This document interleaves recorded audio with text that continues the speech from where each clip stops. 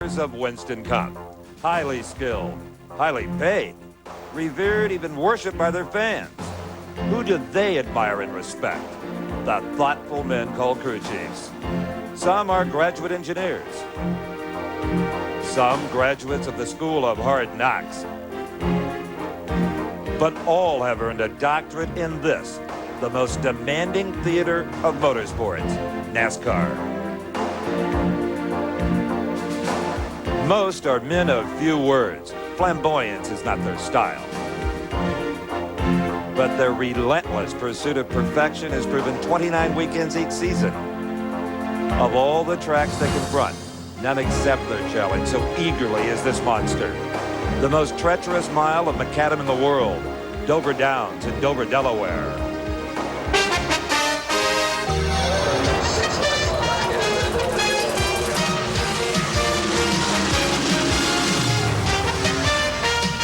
TNN Motorsports proudly presents live flag-to-flag coverage of NASCAR Winston Cup action from Dover, Delaware. The Peak Antifreeze 500 presented by Cup Boys. This man, Paul Andrews, has perhaps worked harder this weekend than any other crew chief. You see, on Friday morning, he watched his driver lose control into the wall, destroying their primary race car. They had a backup car. Paul and crew got it out. It wasn't nearly ready to qualify. But in 2 hours, it was on pit road, last in line. And guess what? The driver, Alan Kulwicki, put it on the pole. And, Alan, I think you were more amazed than anybody else. Well, that crash didn't do anything to help my confidence out. And this is a tough track, but, you know, the crew did a great job getting the other car ready. And we managed to pull the other Hooters Ford Thunderbird out and win the pole. And it was the best salvation we could have for that day. Hopefully we're going to have a good, safe race today and pick up a few points. And this has been a good horse for you. It won at Bristol and Pocono, I believe. This car is just as good as the other cars. It's just a little different design. And, you know, when you say it's your backup car, it doesn't mean it's not a good car or secondary car. It's just not the one we chose to use this weekend. Go get him. Thank you. All right now, let's meet my broadcast pal on pit road, Glenn Jarrett. Well, thanks, Steve. Tim Brewer has had a little easier time of things this week than Paul Andrews had, but his efforts were still a little disappointing as his car, driven by Winston Cup points leader Bill Elliott, had to settle for a 13th starting position. However, traditionally, Elliott has been super tough at this racetrack. He's one of the best at keeping the car under him all day long. What's the secret here to survival at the Monster Mile, Bill? Well, I think today it's going to be survival. This racetrack is just a tough racetrack. You set in the car a long time. And the problem is you get somebody hooked up real well here and they can put you a lap down in a hurry. And hopefully we don't run into that situation. Well, you've got the points lead now. This is a tough place to try to protect the points lead. Does that enter into your strategy today? Well, of course. You know, for us, our strategy is first finish and then try to finish first. But for us, it's, you know, we need to get through here in the next couple of races, you know, at least get to Charlotte in pretty good shape. Well, best of luck to you. He'll be a factor in today's race for sure. Steve Evans? Kirk Shelmerdine, the crew chief for Dale Earnhardt, the number 3 car, has prepared this pit for a lot of action today because when the yellow comes out at Dover, the cars come in. Right now, let's go to a guy who's always prepared, our racecaster, Mike Joy. Well, thank you, Steve, and hello, everybody. Bill Elliott's going to find that Dover is a tough place to go point chasing. Why, just yesterday, Joe Nemechek spun out of 6th place and out of the point lead in the Busch Grand National Series with just 3 laps left to go. He got caught up in a calamity. Short straightaways, long corners, and a long way from that low groove up to the top of the retaining wall. And when that one gets you, it really hurts.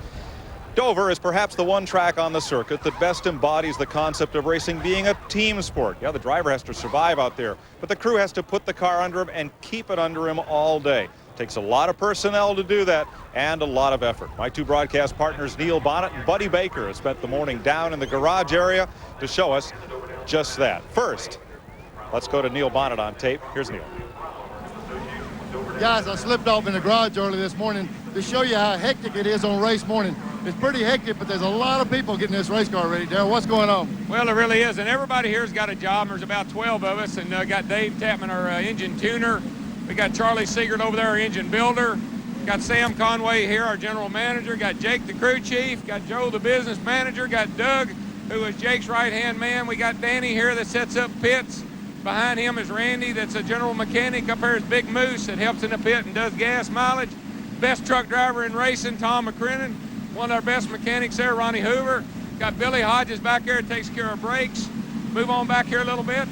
We got Ronnie that sets up pits. We got Jerry the pilot. We got Red the fabricator, and we got Bob Sutton that puts the bodies on these things and makes them go fast. And down there on the side, don't forget, look here, Western Auto, #1 sponsor in racing. And we got Darrell Waltrip. Can remember it all. There's a lot of work going on down here. It takes a lot of work to get ready for this race. Let's go to Buddy Baker for another story. Well, Neil, just as Darrell Waltrip's crew has to do a lot to make a car go for 500 miles, we have to do a lot to keep the driver comfortable here, too. It's a very demanding racetrack. Let me point out a few things. Right here is a motor-driven air cool from the right-hand side. You have a special built seat to keep the G-forces down. You have a headrest up here in case the guy's neck gets tired. He can put it up against the brace there. You have air cool coming in that side. You have leg braces in here to take the G-force load off. It's just a very demanding racetrack. You have to work for driver convenience just like you do a car go 500 miles. Buddy tried to bring one of those Butler-built seats and a cool suit up into the broadcast booth, but they wouldn't fit this morning. TNN Motorsports exclusive live coverage of the Peak Antifreeze 500 presented by Pep Boys is brought to you by Peak, the heavy-duty engine antifreeze. Don't stop short of the Peak. By Haviland Formula 3 motor oil. Add more life to your car. By cold filtered Miller Genuine Draft and Miller Genuine Draft Light, taking the country by storm. By Fram oil filters. Fram, you can pay a little now or a lot later. And by Goodyear, #1 in tires. Steve Amio, crew chief for Mark Martin, the outside pole sitter, getting ready as our 35 other race teams to roll here at Dover in the state of Delaware's largest attended sporting event ever. We'll bring it to you live right after this. The American Society for Testing and Materials set a new technical standard for antifreeze used to protect heavy-duty truck engines against boiling, freeze-ups, and corrosion. Only one of the 3 best-selling antifreeze brands made for cars meets that standard. It's the patented car antifreeze that can also keep heavy-duty engines running at their peak. Protect your engine from freeze-ups and boilovers. Remember the heavy-duty standard. Don't stop short of the Peak. Last year, Davey Allison added something new to his car. It wasn't wider tires or a slicker shape. It was the same Haviland Formula 3 motor oil you can buy, straight off the shelf, to add more life to your car with complete protection against heat stress, starting friction, and engine dirt. Now, we're not saying it was Haviland Formula 3 that gave Davey the energy to lead more major NASCAR races than anyone last year and win this year's Daytona 500. But we're not saying it wasn't.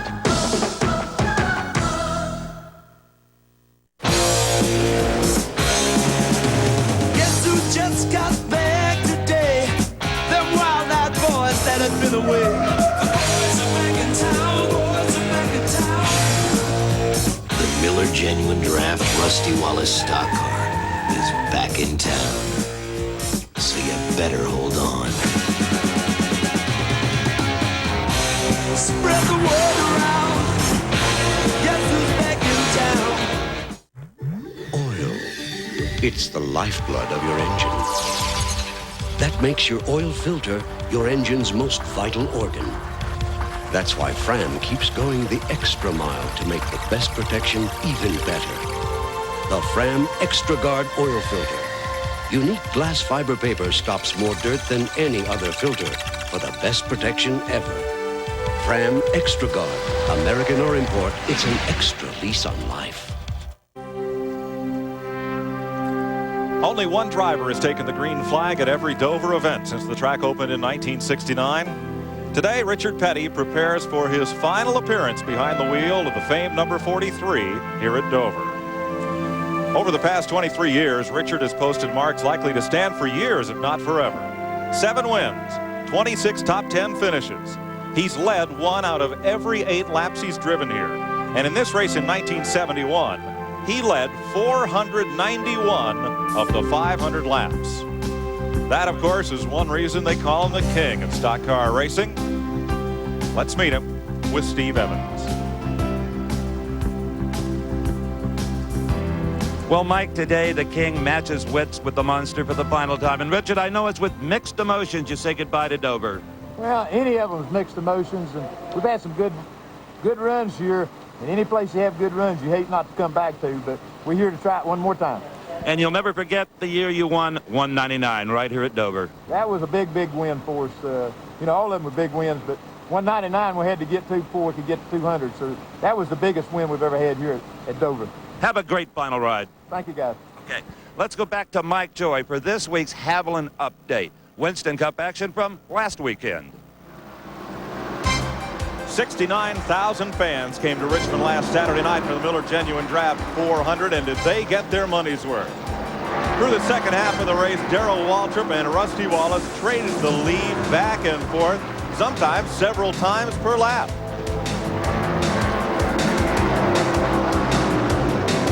Lap 295, Mike Waltrip brought out the third caution of the night after tagging the wall at turns 3 and 4. Some 12 laps later, Davey Allison took this ride through the infield.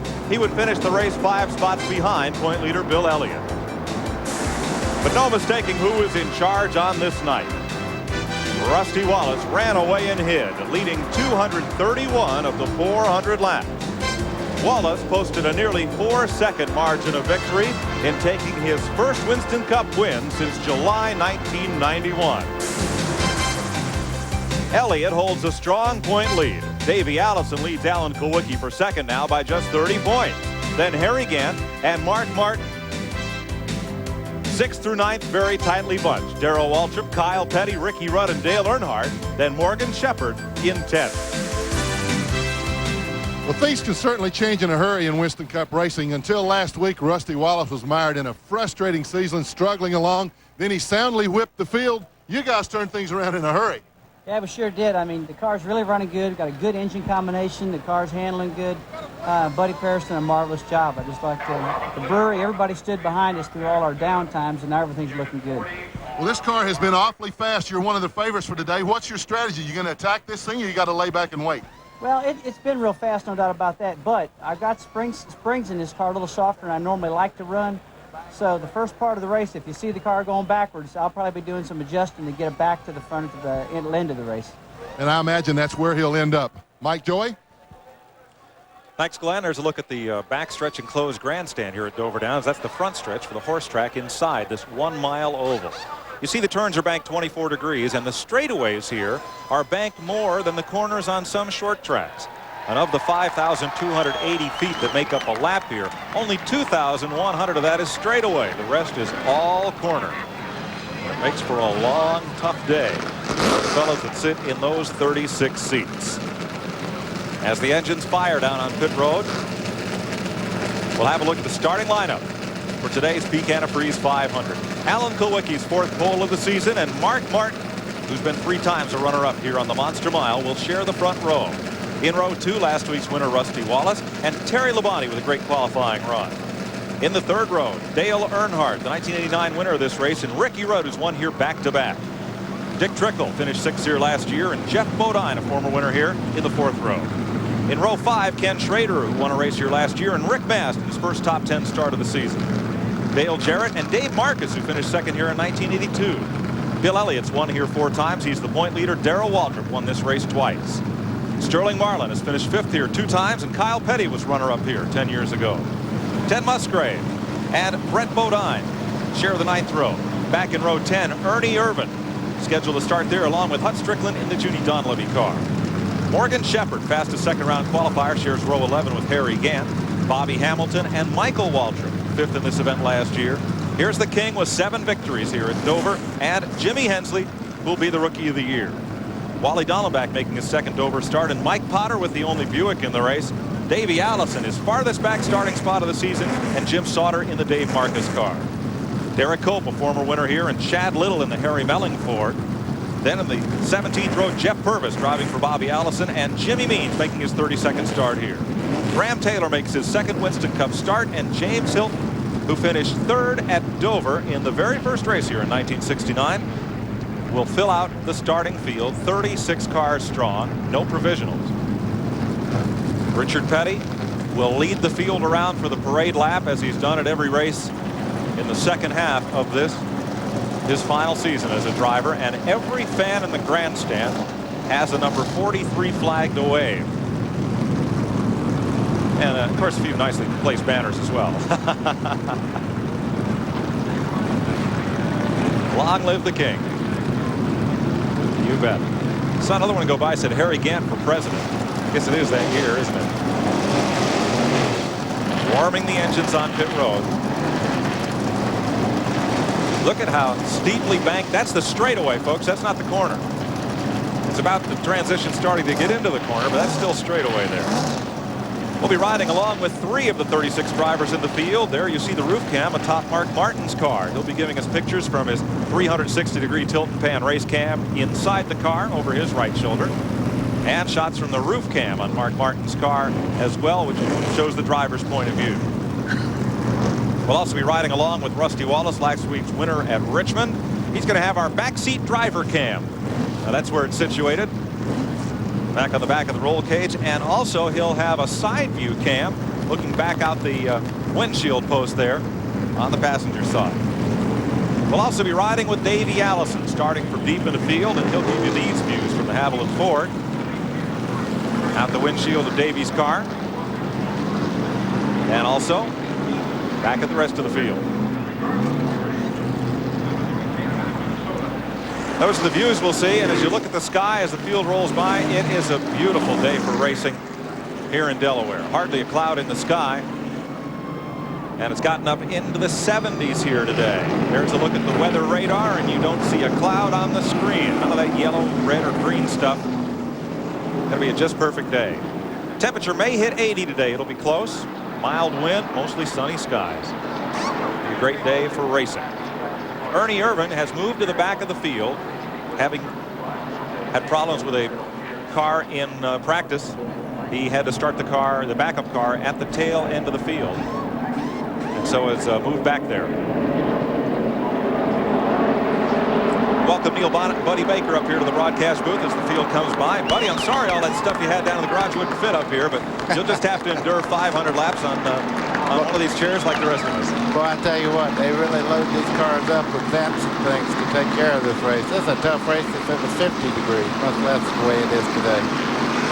Nearly $700,000 at stake here, the maximum potential awards of the 36 cars starting. The race record was set here 2 years ago by Bill Elliott, including caution flags, average speed 125 miles an hour. Kulwicki lapped this track at 146 miles an hour to qualify. There from Davey Allison's car, you see Richard Petty moving back into his qualifying position as we get set to go racing next time by. Only car out in front of Mark Martin is the pace car. And alongside Alan Kulwicki, of course, the pole sitter. There's our backseat driver cam showing Rusty Wallace hard at work scrubbing tires. We was taking a look out in front of Mark Martin's car a while ago. He might get that look because in practice when we were clocking everybody, Mark Martin's car has been extremely fast. He seems to have a real good race setup in there. He might be the guy that takes off and jumps out front. You know, Kulwicki's a big question mark with that car. Very little practice on it. If there is a favorite, a pre-race favorite, it would be Mark Martin here. Through practice and qualifying. We saw Ernie Irvin there at the back of the field, running a backup car. Getting set to roll here for 500 miles. On the brake, it is Mark Martin by a fender down into turn number 1, but Kulwicki brings the race right back to him. They actually got together there, Mike, in that corner. Looked like they tagged each other a little bit on the start of the race. You notice Kulwicki's car jumping sideways coming off the corner. He may have a little bit of a loose condition with that car. I'll tell you one condition he has. He's got a condition of a little blue car inside of him in a hurry. Kulwicki will lead the first lap, and then Martin returns the favor down in turn number 1. There comes Dale Earnhardt up in the third. Now, why would Alan Kulwicki run so hard on the first lap? 5 bonus points. He's right up there in third in the Winston Cup standings. Needed those bonus points, then let Mark Martin on by. Yeah, he can adjust after a while. He was glad to get that 5 points on the first lap, but he may not lead it for a little while now.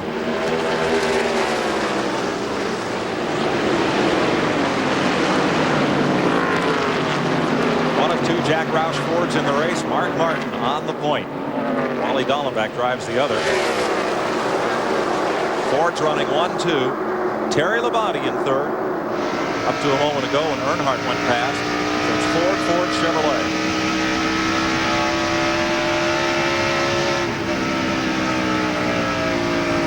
Mark Martin's car, they're capable with Jack Roush. They pull a real low gear in their race cars.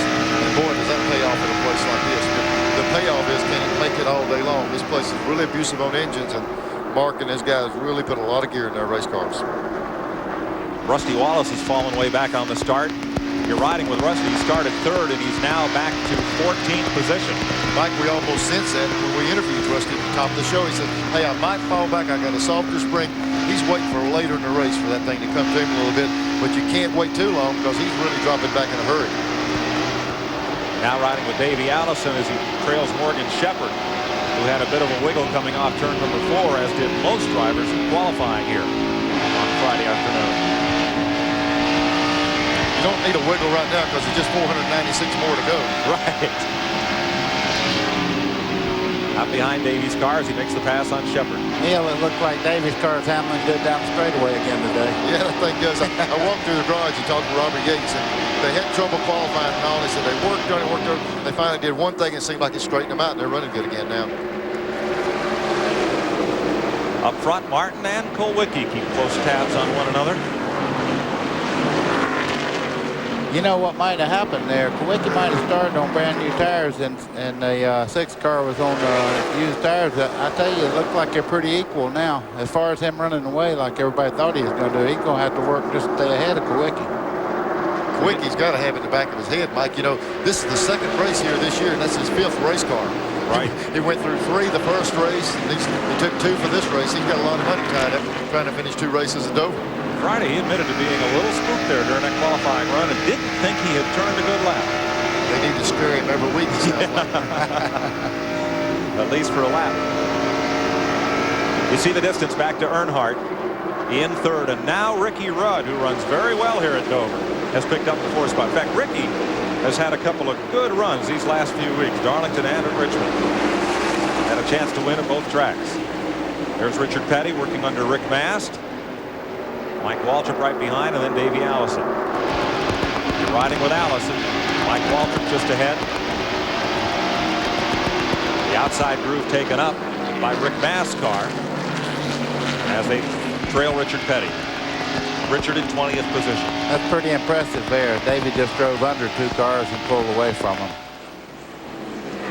Allison now up to 21st. 10 laps this time by for leader Mark Martin. And trouble up in turn 2. Rick Mast got way up, and they got 3 wide as Mike Waltrip had a bobble there. Mast recovers. Everything okay. We stay green. They had a wreck. They just didn't finish it. They were all over the place. And Mike Waltrip's off the pace. He'll come to pit road. After 10 laps, Mark Martin, the race leader. Alan Kulwicki running in 2nd. Dale Earnhardt is 3rd. Ricky Rudd is 4th. Terry Labonte is the 5th place car here at Dover. As Mike Waltrip makes a pit stop, we'll be right back.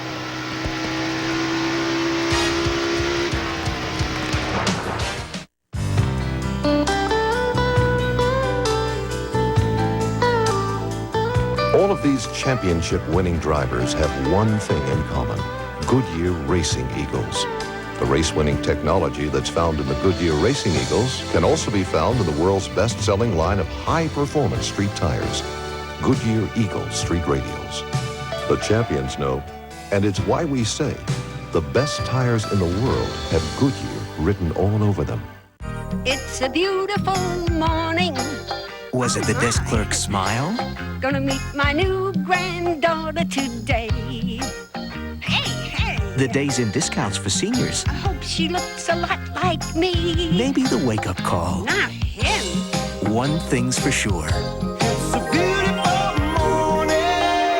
Days in. Isn't it time you wake up to us? I think I'll go outside and just smile. Most of our customers come to AutoZone for low prices and for parts they can replace themselves. But many people come because we speak their language. Things like duration and lift and compression ratios, stuff like that. Because a guy who's going to rebuild an engine, he won't buy parts from just anybody. And since AutoZone stocks complete engines, we know what makes them tick inside and out. Sure, we sell our best parts at our best prices every day. But if we know something that's going to help you do the job right, you get that free.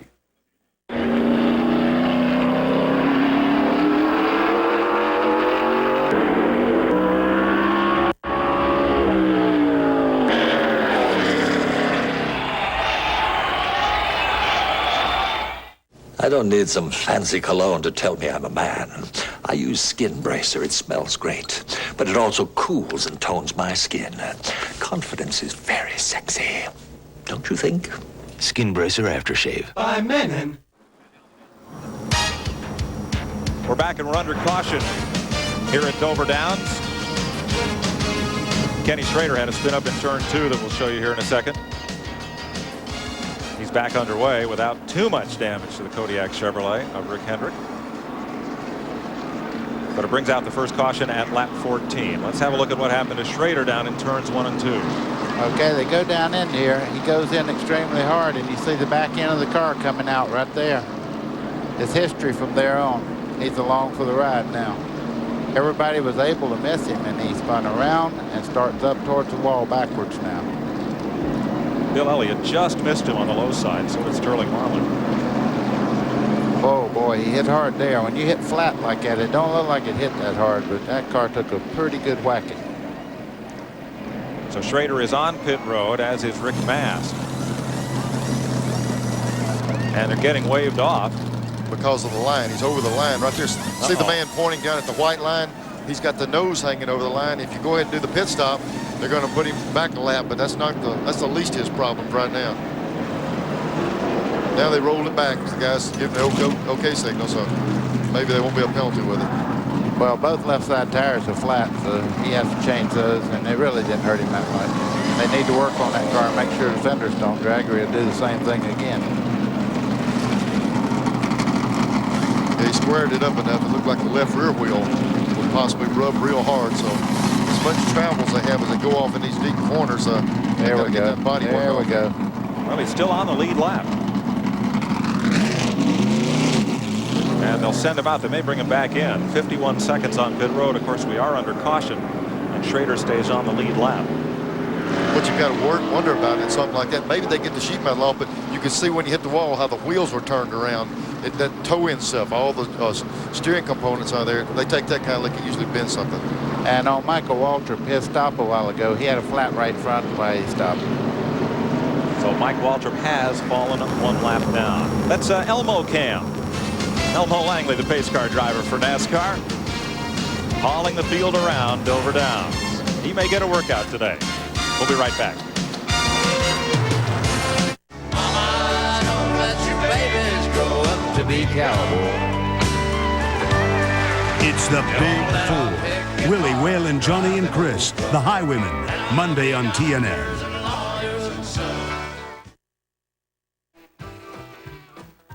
The 34 Classic Street Rod. It's hot, available, very affordable, fun to drive, easy to assemble. Call 1-800-328-5671 for more information on this special offering of the 34 Classic Street Rod and other timeless classics from Fiber Fab International. Call now, 1-800-328-5671. Catch 90 minutes of racing excitement from start to finish on the American Sports Cavalcade.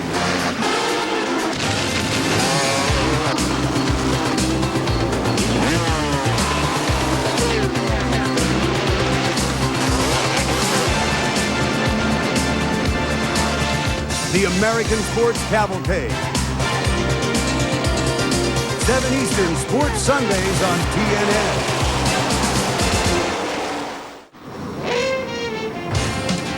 Watching from out the back of the Pontiac safety car here at Dover Downs at Mark Martin and the rest of this 36-car field. It's a pretty good sized piece of paper he's got hung on that thing. On the front grille of Martin's car. Our 800 lines are open if you have questions about the running of this race, how this is going along. We'd invite your questions, and we'll try to get as many of them on the air as possible today. 800 451-7331. This is a free call. We have operators in Nashville standing by to take your questions about the race. We'll either try to get them answered up here in the booth or pass them along to our pit reporters and get the straight scoop from down on pit road. We do hope, though, if you have just questions of a general nature about the sport, that you'll save those and send them in to Inside Winston Cup Racing, the fine weekly show on TNN. It's a better forum to deal with general questions about the sport of Winston Cup Racing. But if you have something that pertains to this race as you watch it, we want you to be part of the telecast. And again, that number is 1-800-451-7331. That'll be operational throughout today's telecast. Green flag at lap 18. Mark Martin and Alan Kulwicki haul the field off into turn number 1. Dale Earnhardt, who's always tough here at Dover, running in third and right on Kulwicki's bumper.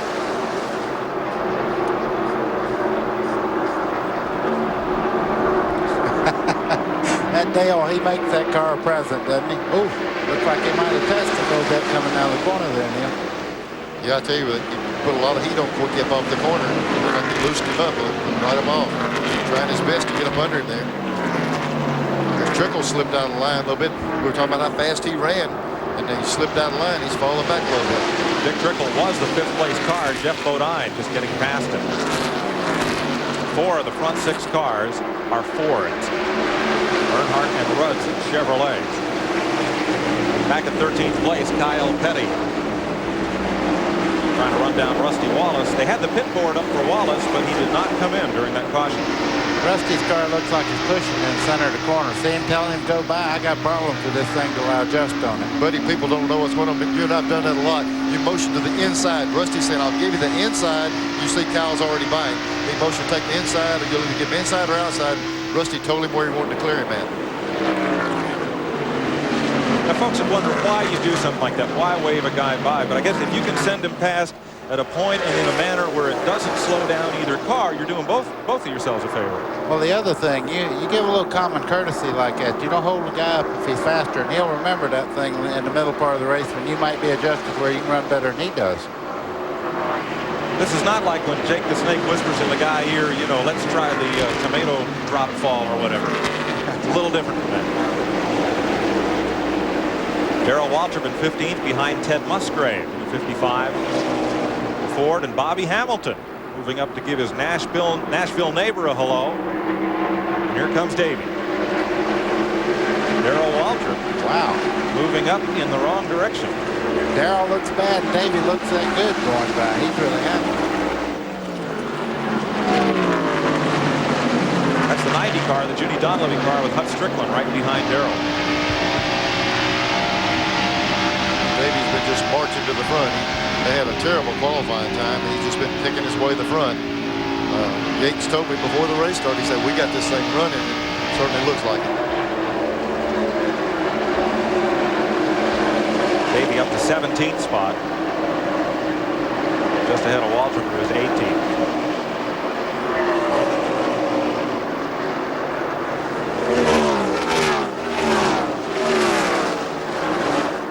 Morgan Shepherd in the Wood Brothers car. Pulling up now behind Waltrip.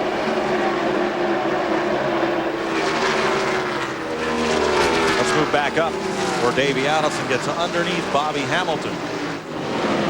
That's at 16th position. That 28 car come up out of this corner. He just pulling Bobby right up out of the corner. A little further up, Dale Jarrett has moved up ahead of Jeff Bodine. Ahead of Bill Elliott. Or ahead of Jeff Bodine. There's Jeff Bodine up behind Ricky Rudd. I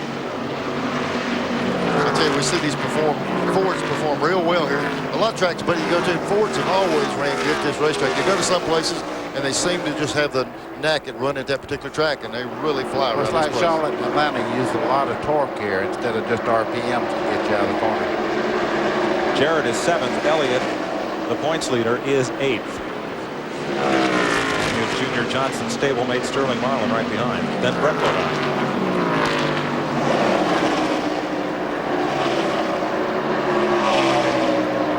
You know, just talking, there's not that much difference between the two makes anymore as far as horsepower and the way they run down the straightaway. It's the car that handles the best that really gets the job done anymore. That battle for 7th place. They're running 3 seconds behind the leader. Let's go back to 11th position. Terry Labonte, number 94, in 11th in the Sunoco car. And right with him, the mellow yellow Pontiac of Kyle Petty in 12th.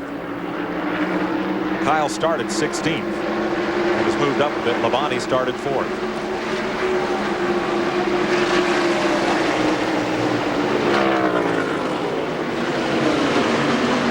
You know, it used to be here at Dover that real early in the race you'd see cars up in the middle of the racetrack and Harry Gant up there in that lonely groove scraping the Dover Downs paint off the wall. And now look at how everybody's right on the bottom. Mike, I'm telling you, they might as well, that last 20 foot, they could put grandstands up there. It's almost unusable.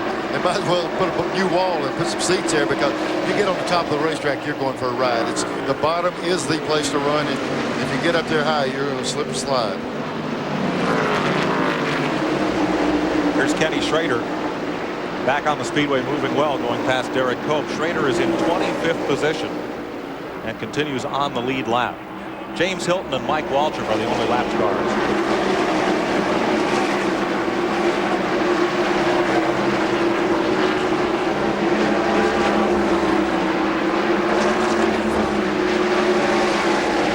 Well, Schrader's car, you know, when he hit the wall, we thought he might have a lot of problems, but he's coming on back.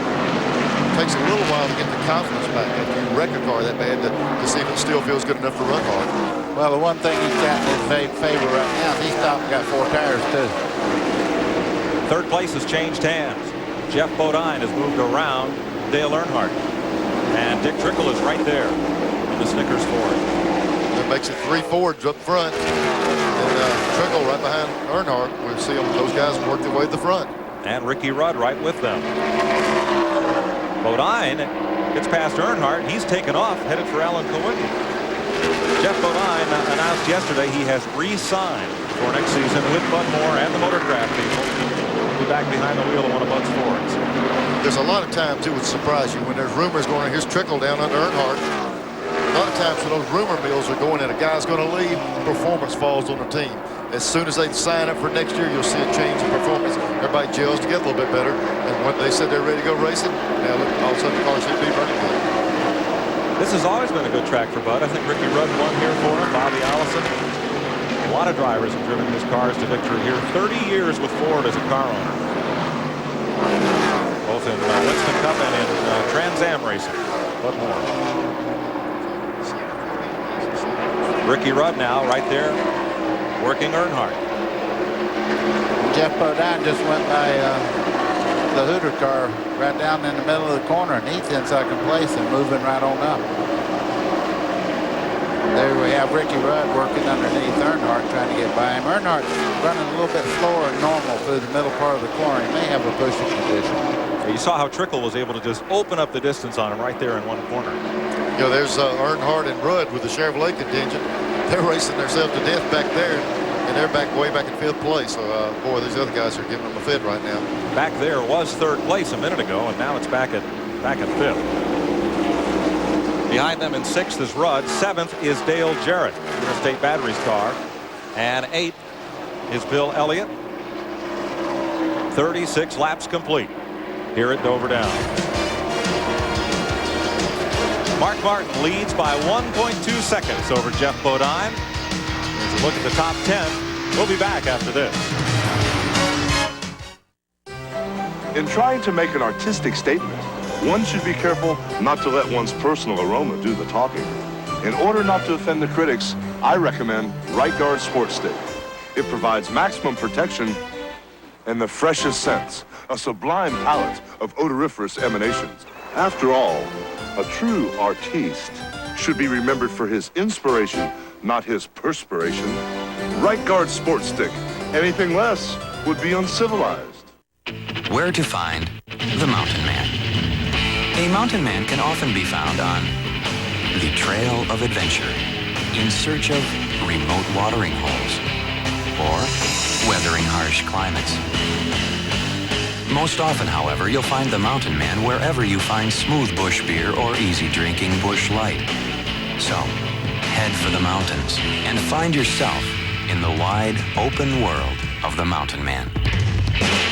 The American Society for Testing and Materials set a new technical standard for antifreeze used to protect heavy-duty truck engines against boiling, freeze-ups, and corrosion. Only one of the 3 best-selling antifreeze brands made for cars meets that standard. It's the patented car antifreeze that can also keep heavy-duty engines running at their peak. Protect your engine from freeze-ups and boilovers. Remember the heavy-duty standard. Don't stop short of the peak.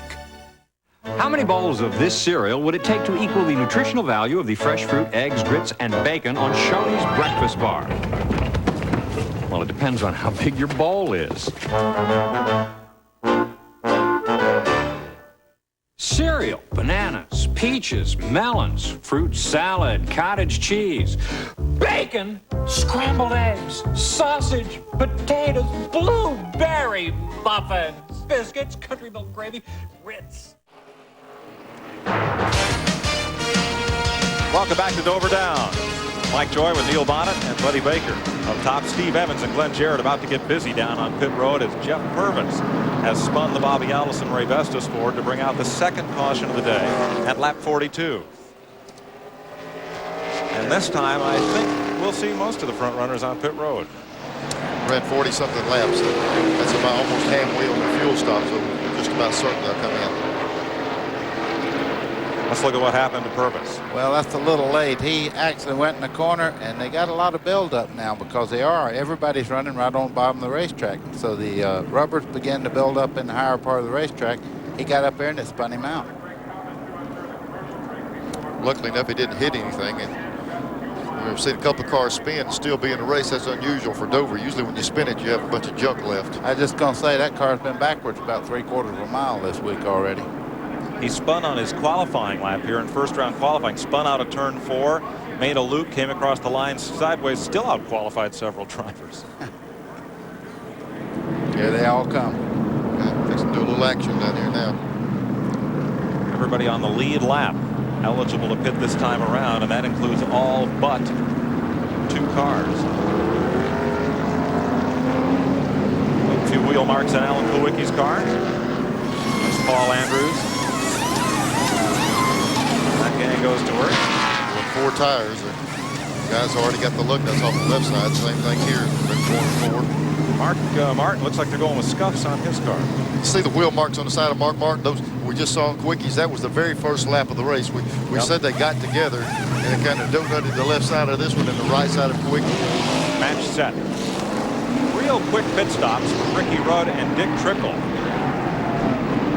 Get them out near the front of the line, but it's going to be Earnhardt behind Mark Martin. Yeah, Mark did slide out right there in front. And the reason for that is Earnhardt, as Winston Cup champion, has first choice of pit positions. He pits all the way down the end of pit road, and all he has to do is scoot across that line in front of Jimmy Cox to get his place in line. Steve Evans.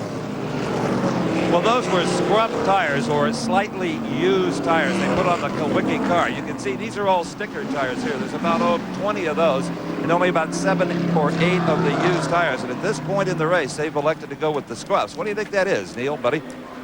Well, what they do, they get them that, are already broke in. They'll run longer, cooler when they got a few laps on them. So the first of the race, when there's not much rubber on the racetrack, they'd rather run the broken tire.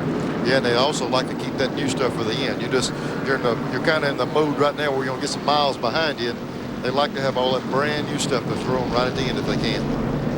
Mike Walter makes another stop, and we'll take a moment to tell you about the Gillette Halfway Challenge. The leader of the halfway lap in this race will win $10,000, and one of you fans at home that entered by mail may be called to identify the halfway leader and win a new Chevrolet Lumina Z34. If you've entered and your entry is selected, and you can name that driver, the car is yours. You must be 18 or over to enter, and you can enter the contest for the Goodies 500 next week at Martinsville by riding the Gillette Halfway Challenge, box 2246, St. Petersburg, Florida. You must be 18 years of age or over, and they must have your entry by next Saturday. Good luck. 44 laps complete. Davey Allison has moved up to 11th from 29th. Combination of good running and good pit work. Ernie Irvin started last with a backup car after he crashed in practice, and he has moved up to 15th position. Was running laps at 25:68 before the caution flag, and that's every bit as quick as Mark Martin's been running in the lead. Take it back through the field after this round of pit stops. Martin, Earnhardt with that quick stop. Jeff Bodine in third, Ricky Rudd and Dick Trickle. That's the top 5. Forward of Alan Kulwicki, Kyle Petty's Pontiac, Bill Elliott, Sterling Marlin, Brett Bodine all in 4. It's your top 10. Davey Allison, Rusty Wallace, Jarrett, Shepard, and Irvin there in the 15th spot. Then Jim Sauter, he's driving for Dave Marcus. Ted Musgrave, Derek Cope. Dave Marcus is in the Kellogg's car. He's replaced Greg Sachs. And Darrell Waltrip is 20th. Also on the lead lap, you go to the cars of Harry Gant, Jimmy Hensley, Bobby Hamilton, and Terry Labonte. Rick Mast and Chad Little, Richard Petty, Hut Strickland, Kenny Schrader remains on the lead lap, and Wally Dallenbach. You know, we were talking about Kulwicki going with scuff tires. Glenn Jarrett just called up and he said that the 6 car Mark Martin lead race with stickers. So they're just playing some games right now, trying. Sometimes stickers are quicker, sometimes a little scuff. So they're just playing with them now.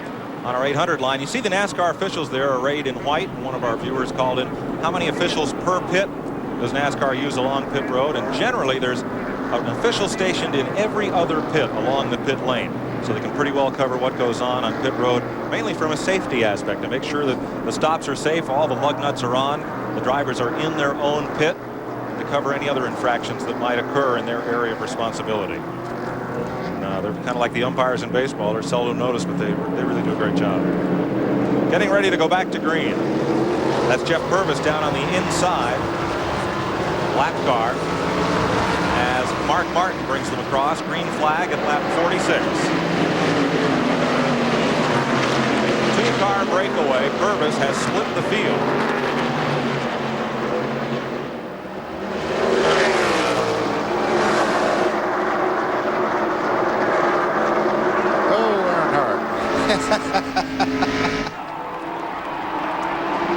Dale Earnhardt to the lead. I don't know if 5 points, the 5 points of what it was, but he did get in the lead there.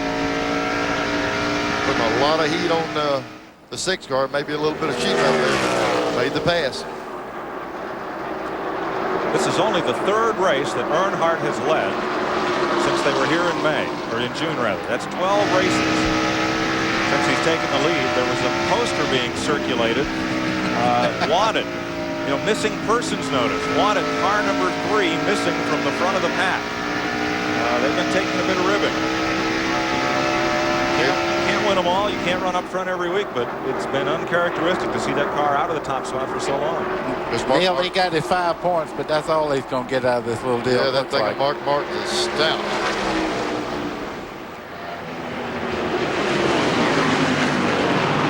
Made a pass and halfway through the corner to the straightaway. It usually takes half a lap to make. So that car is really, really happy. Mark Martin has just served notice to the field that he is the man to beat today. Oh, he's been strong. Darlington is his fastest car also. You might hit on something a while ago. The 4 car is real strong. It's going to take him a while to get there.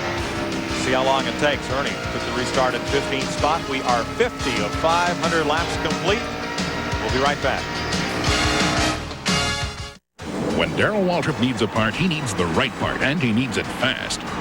And when you need parts, see the parts team at Western Auto. We've got top name brands and thousands of parts in stock. Right, guys? Right, DW. And we've got the right price, backed by our low price guarantee, right? Right, DW. And while you're here, pick up Haviland Formula 3 motor oil at a low discount price. Add more life to your car with Haviland Formula 3. Western Auto, the official auto parts and service store of NASCAR. Right, guys? Right, DW. Yo, guys, this is Yogi. You can't top the Pringles pop. The taste is top. Pringles? I haven't tried them in years. Pringles taste better than these bag chips. Check it out, yo. I'll believe it when I believe it. So? I believe it. They taste better. Yeah. Observe. Bag chips feel greasy. Grease don't taste good. Taste tastes good. Yeah! Once you pop, you can't stop.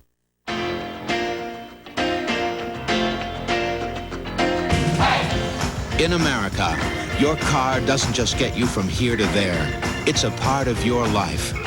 To give your car complete protection, Texaco has developed Haviland Formula 3 motor oil. With not 1, but 3 kinds of protection against heat stress, starting friction, and engine dirt. Haviland Formula 3. Add more life to your car. Here we go again, guys. Wow, I feel good. Yeah, this guy really gets around. He's got the auto lights. American Orient Paul, we're guaranteed. I feel good. Yeah, 2 years, no matter how far he goes. That's why we've been everywhere. Vegas. I feel good. Yeah. Daytona. LA. Wherever we're going. Super. Yeah. And we're not even tired.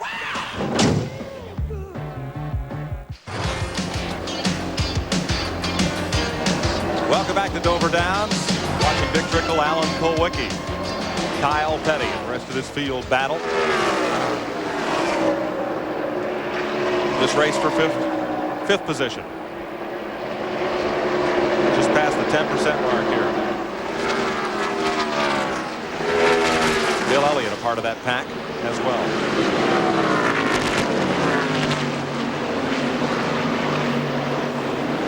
One of the best battles on the racetrack. As we went to break, we spoke of Ernie Irvin and how well he'd been running before the caution. Now, he and Davey Allison have been bumper to bumper. And Neil, you said they were about toe-to-toe last week at Richmond for a bit. Yeah, they got together a little bit at Richmond. It was a little heated up over it. And Ernie and Davey, they've been beating on each other pretty good the last few laps. Ernie got up there, and they were shoving each other around a little bit. So this is a real heated battle right here. Back in 11th, Allison. 12th is Irvin. Just behind Sterling Marlin and Fred Bodine. 3 Fords and a Chevrolet in this battle. That's probably Chevrolet's strongest hope right now, really. The way Irvin's running is for him to work his way to the front, see if he can work with the other Fords and do anything with them. And he's had about the quickest Chevrolet all week, even though this is the backup car. He destroyed his major car, brought this one out of the truck, and it's been just as fast. Marlin in 11th. This is just behind the battle we showed you a moment ago. There's Irvin, trying to move up from 12th position.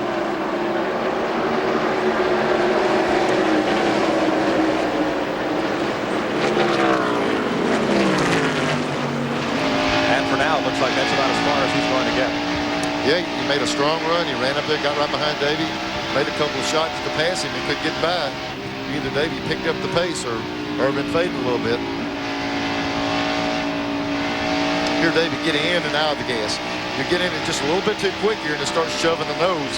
You roll out of the gas, hook them back up, mash your gas again. He's got the luxury, buddy, of a motor that you can get out and back in a few times and it still runs. Right, and the car will carry the left front all the way down the straightaway if he really wants it to. Yeah, got a lot of horsepower to deal with. That group is catching the Dick Trickle, Alan Kulwicki, Kyle Petty, and Bill Elliott pack. I think that's one of the keys, Mike. Whenever the 4 car was gaining, those 3 cars were racing each other. These 3 Fords were all over, just like we see them right now. And they were slowing down and they were catching them. Now, as you said, racing together, they're going to the front. But they get a little antsy and they want to pass each other out there, and he slows all of them down. Riding with Davey Allison. Fred Bodine does a good job in that car. Good steady run. He's always up in the top 5. There's nothing wrong with the car, and he's just doing a real good job. I hope he gets to stay there next year. Yeah, it's the time of year you start hearing all these rumors. So-and-so's doing this, so-and-so's doing that, and I don't think anybody knows till like yesterday we heard the 15 car hook Bodine back up for the season, and you just speculate to hear who's hooked up the road for next season. This is the time of the year you don't want the car owner to come up and say, if I was you, I'd be looking around a little bit. No, I believe Brett's staying in that car for next year. Yeah.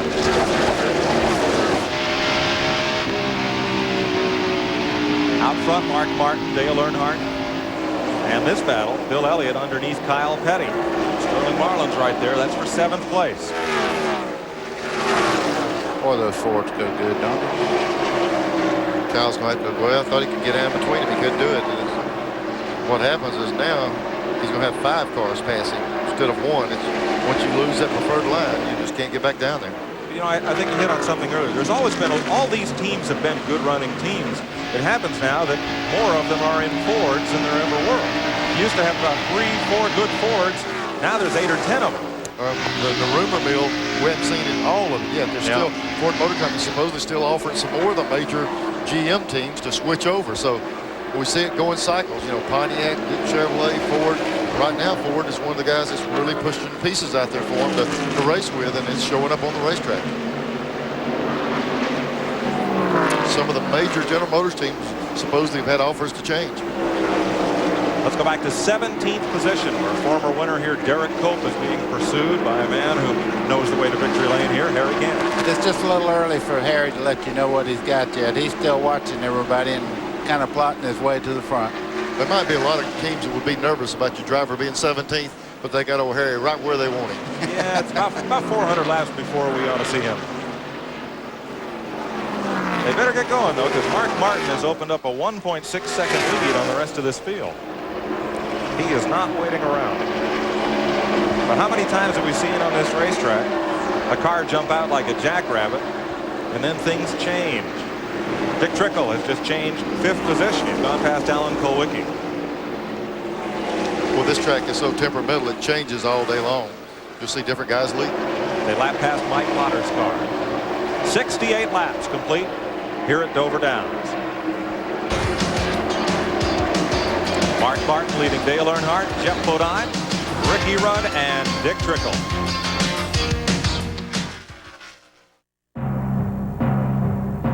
Only a Pep Boys Automotive Supercenter could offer so much.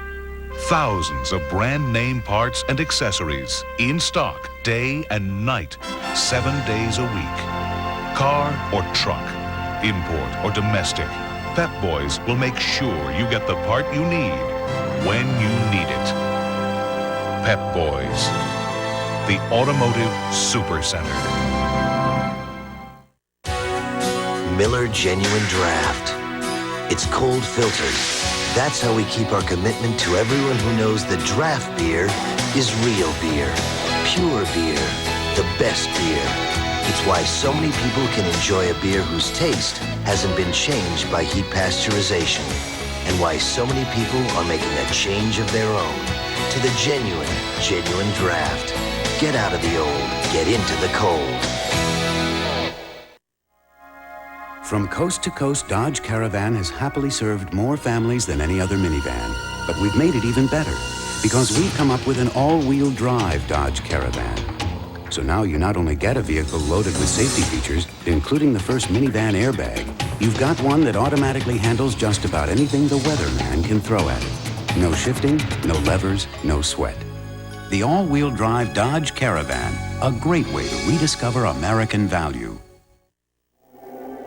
Just because you go all out doesn't mean you gotta stink. Not if you're wearing this. And here comes your chance to prove it. And you will, because Old Spice works. Man, does it work. Fights wetness, kills bacteria. The proof? Hey, hotshot. You're looking at her. Old Spice antiperspirant for great odor protection. You demand proof, not promises. All year long, TNN invites you to explore America. Here in Delaware, the scenic beauty of 18th century architecture blends with the beautiful farm country here across the first state. 73 laps are complete. 12th place battle has Kyle Petty and Rusty Wallace having an intramural struggle there in the two Pontiacs. That's Dale Jarrett just behind them in a Chevrolet. And you get a good look at Kyle Petty's car from our mother-in-law cam, the backseat driver cam. See how steady his arm is. That car is working pretty good. Further up front, 6th place, Alan Kulwicki. Bill Elliott trying to wrest it away, and oh! A little pushing and shoving there. They got together. Bill tapping on that left rear quarter panel and got Kulwicki just loose enough that several cars went by.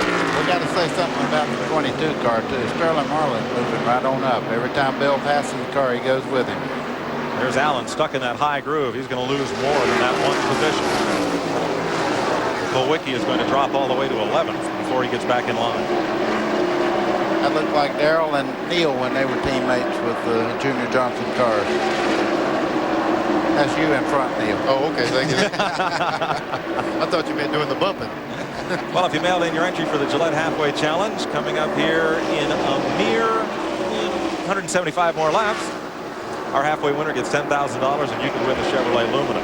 New contest next week in Martinsville. The Goodies 500. Send your entry to Gillette Halfway Challenge, Box 2246, St. Petersburg, Florida 33731. You must be 18 or over, and they need your entry by next Saturday, and they could be calling you next Sunday.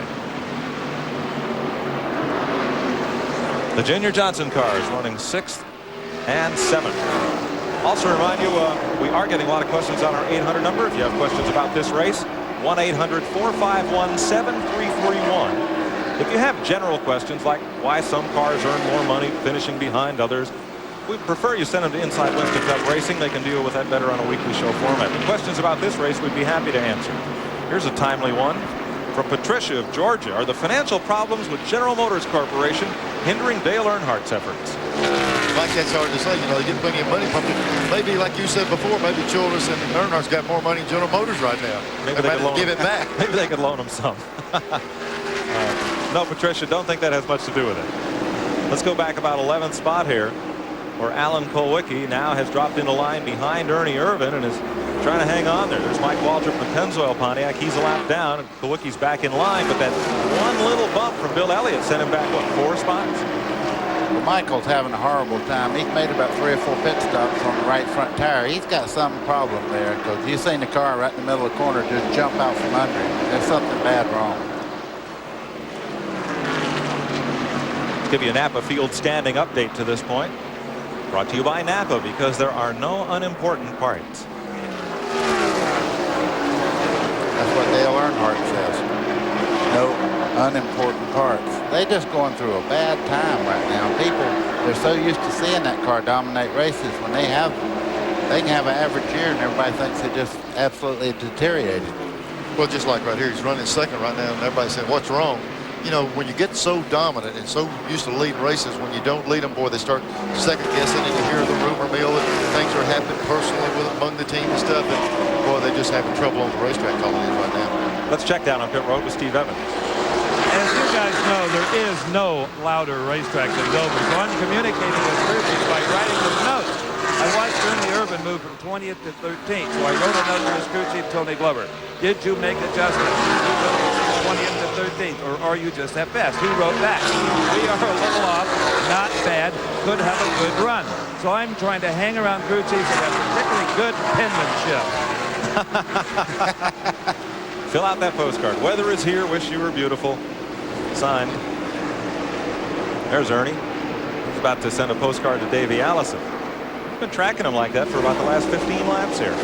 Well, they said that it was off just a little bit. That might have been the reason when he was on fresh tires, he was running all over the top of Davey.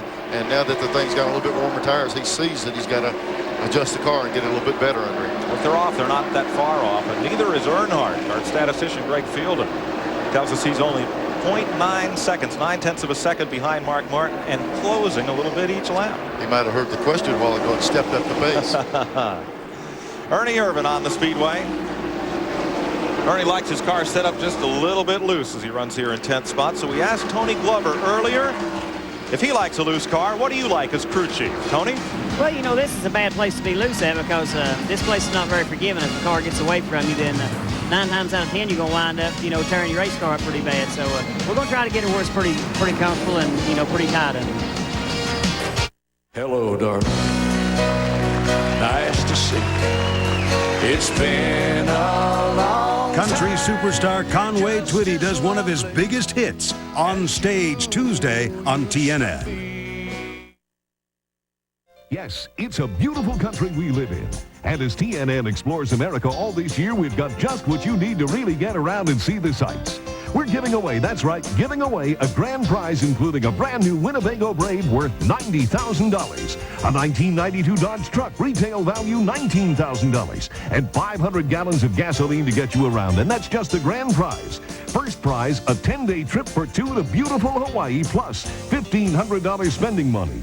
And 500 seconds at your favorite retail location for a shopping spree of up to $20,000. To enter, call 1-900-370-4866. You can enter as often as you like. Each call costs 95 cents per minute. Or send a postcard with your name, address, and phone number to this address. Or you can pick up an entry form at your local Winnebago dealer. And wait, there's more. 10 cruises for 2 around Alaska, including airfare and spending money. With all these great prizes to win, you better get your entries in soon for the TNN Explores America Sweepstakes. 88 laps complete here at Dover Downs with the Peak Antifreeze 500, presented by Pet Boys. Mark Martin, class of the field. Dale Earnhardt closing in. Jeff Bodine, strong run from one more car in third. Ricky Rudd having a good day here in fourth. And Dick Trickle in the fifth spot. Bill Elliott, Sterling Marlin, Brett Bodine, Davey Allison, Ernie Irvan. That's the way they run here at Dover Downs. Still 23 cars on the lead lap. The last of those, Bobby Hamilton, Kenny Schrader. I tell you, Mike, you know, when they were giving us the numbers a while ago saying Earnhardt was closing in, they were on top of it. There's Mark Martin right there. And just a short way back. Earnhardt is noticeably closing in on him now. Earnhardt now 0.8 of a second behind the leader. Here's your 8th place battle. Brett Bodine leading Davey Allison. From Davey's car.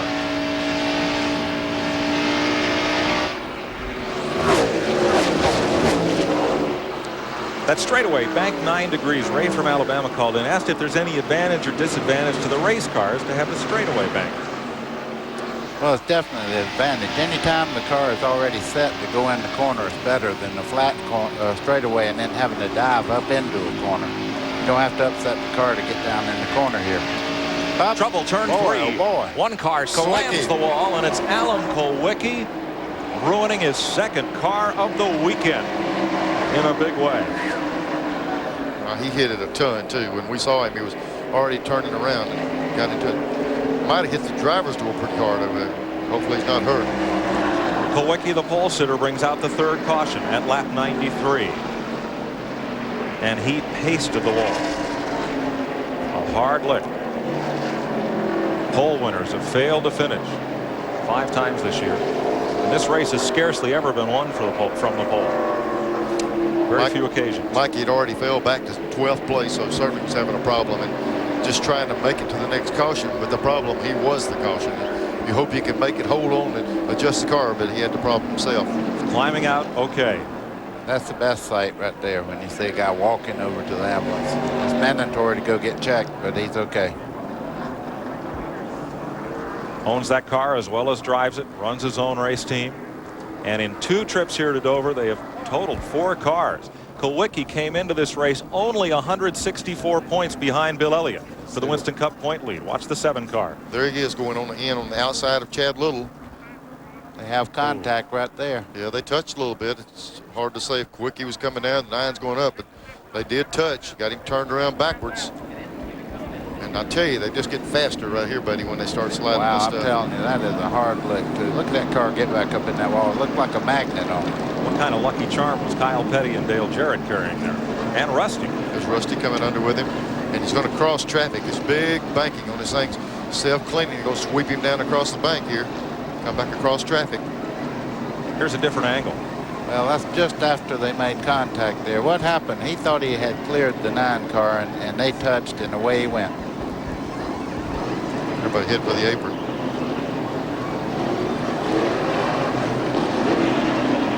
A lot of activity on pit lane during this caution. Let's have a look at it from the in-car camera of Rusty Wallace.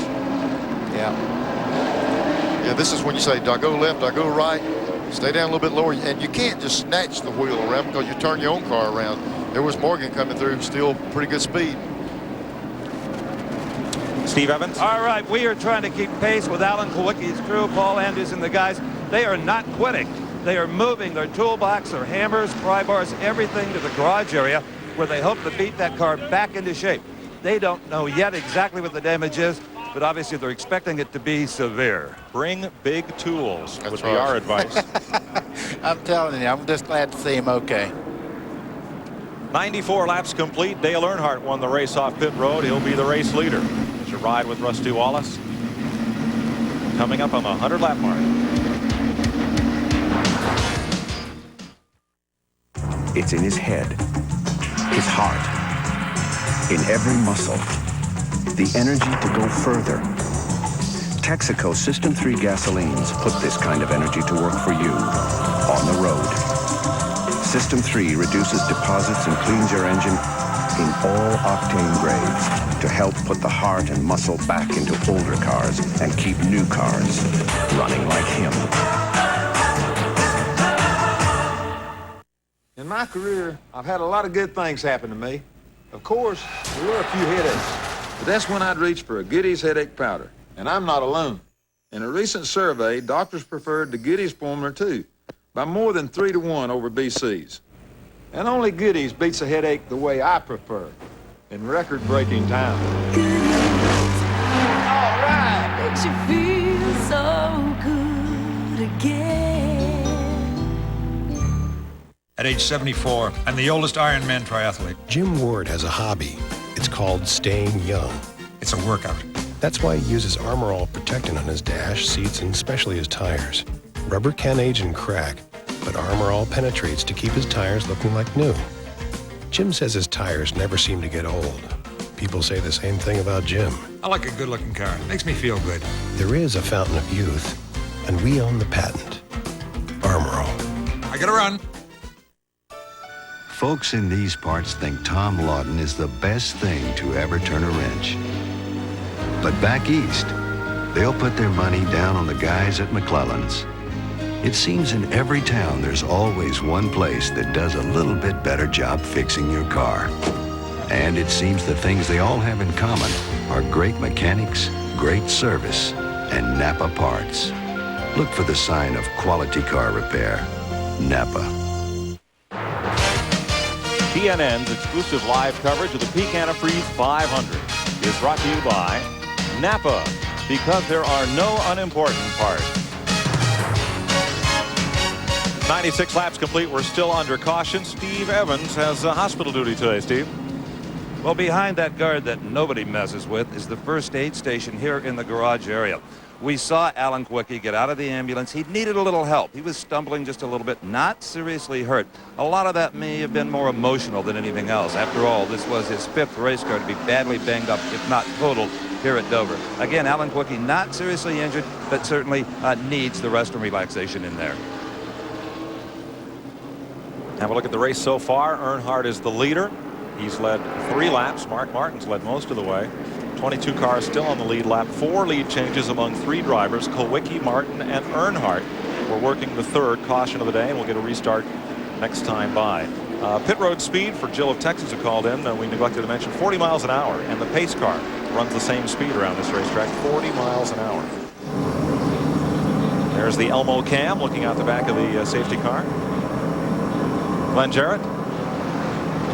Well, guys, I'm situated right between Earnhardt and Martin. They're pitted together on pit road. They came in together. Dale Earnhardt put on 4 scuffs. Martin put on stickers. Also, Mark Martin had the crew make a chassis adjustment. The car was a little too tight. That chassis adjustment cost him position on the racetrack. Earnhardt beat him out of the pits. Earnhardt says that, or Childress says that on Earnhardt's car, they're trying scuffs early in the race. They're saving a set for later on. They want to see which is best. Mike Joy? Thanks, Glenn. We're ready to go back to green here at 97 laps. Deal with a few more of your questions on the 800 line here in a minute. But right now, let's get back to business. Earnhardt, Martin, Bodine, that's Jeff Bodine, Bill Elliott, and Ricky Rudd. And in the garage, Alan Kulwicki trying to hang on to 3rd place in the points and stay in this championship run. Green flag. Jeff Bodine dropping to the inside from 3rd spot behind the Cale Yarborough car, Jimmy Hensley Award, and nothing there. He'll hold that 3rd spot as the 2 leaders scoot away a little bit. You know, in the very start a while ago, Earnhardt was able for a lap or 2 to stay with him. Then he faded back, and then he started reeling him in again. But Mark made a chassis adjustment. You wonder why the guy leading the race make a chassis adjustment. He feels like he can get that car better. If he does, it's going to be tough to handle him.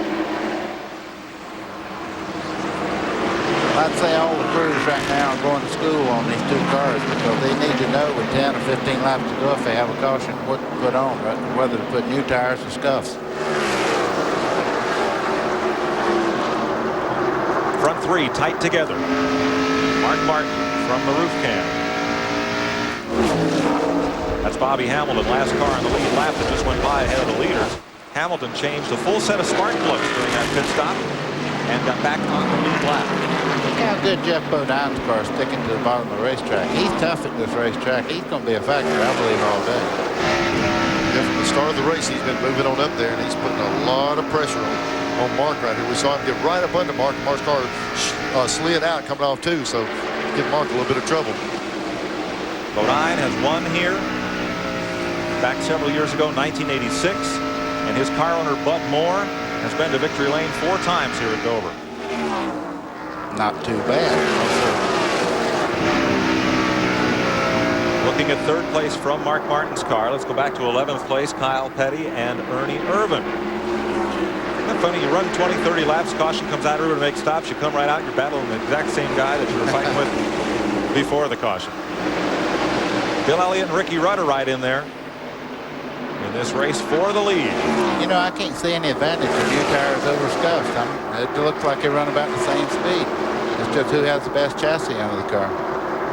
You know, Mark said he made a chassis adjustment. Sometimes you make them, and it's not the right way. You know, this early in this long a race, you can make a change. If you make a mistake, you go back where you were at. I don't know that Mark is as strong right now as he was before he made that adjustment. They might have to go back and put the car back to where it was before. And two, Bodine is all over him, so he's doing a little mirror driving also, and that takes your concentration off. You don't run the line and quite as pure as you normally do. Now, just behind this pack of 5, you'll see Dick Trickle, Brett Bodine, Davey Allison, Sterling Marlin, and then that Kyle Petty, Ernie Irvin battle.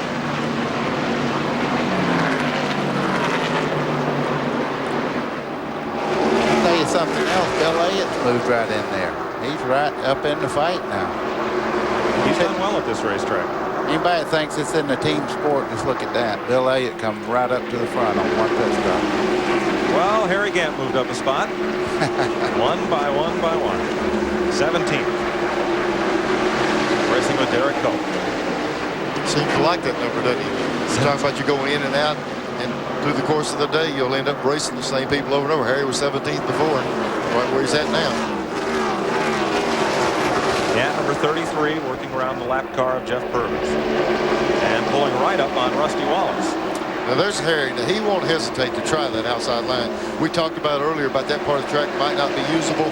If anybody can cut it in and wear it in where they can race on it, Gant will be the guy that tries it. There he goes out there. You know, 2 car lengths higher than anybody on the racetrack. He'll try it all day.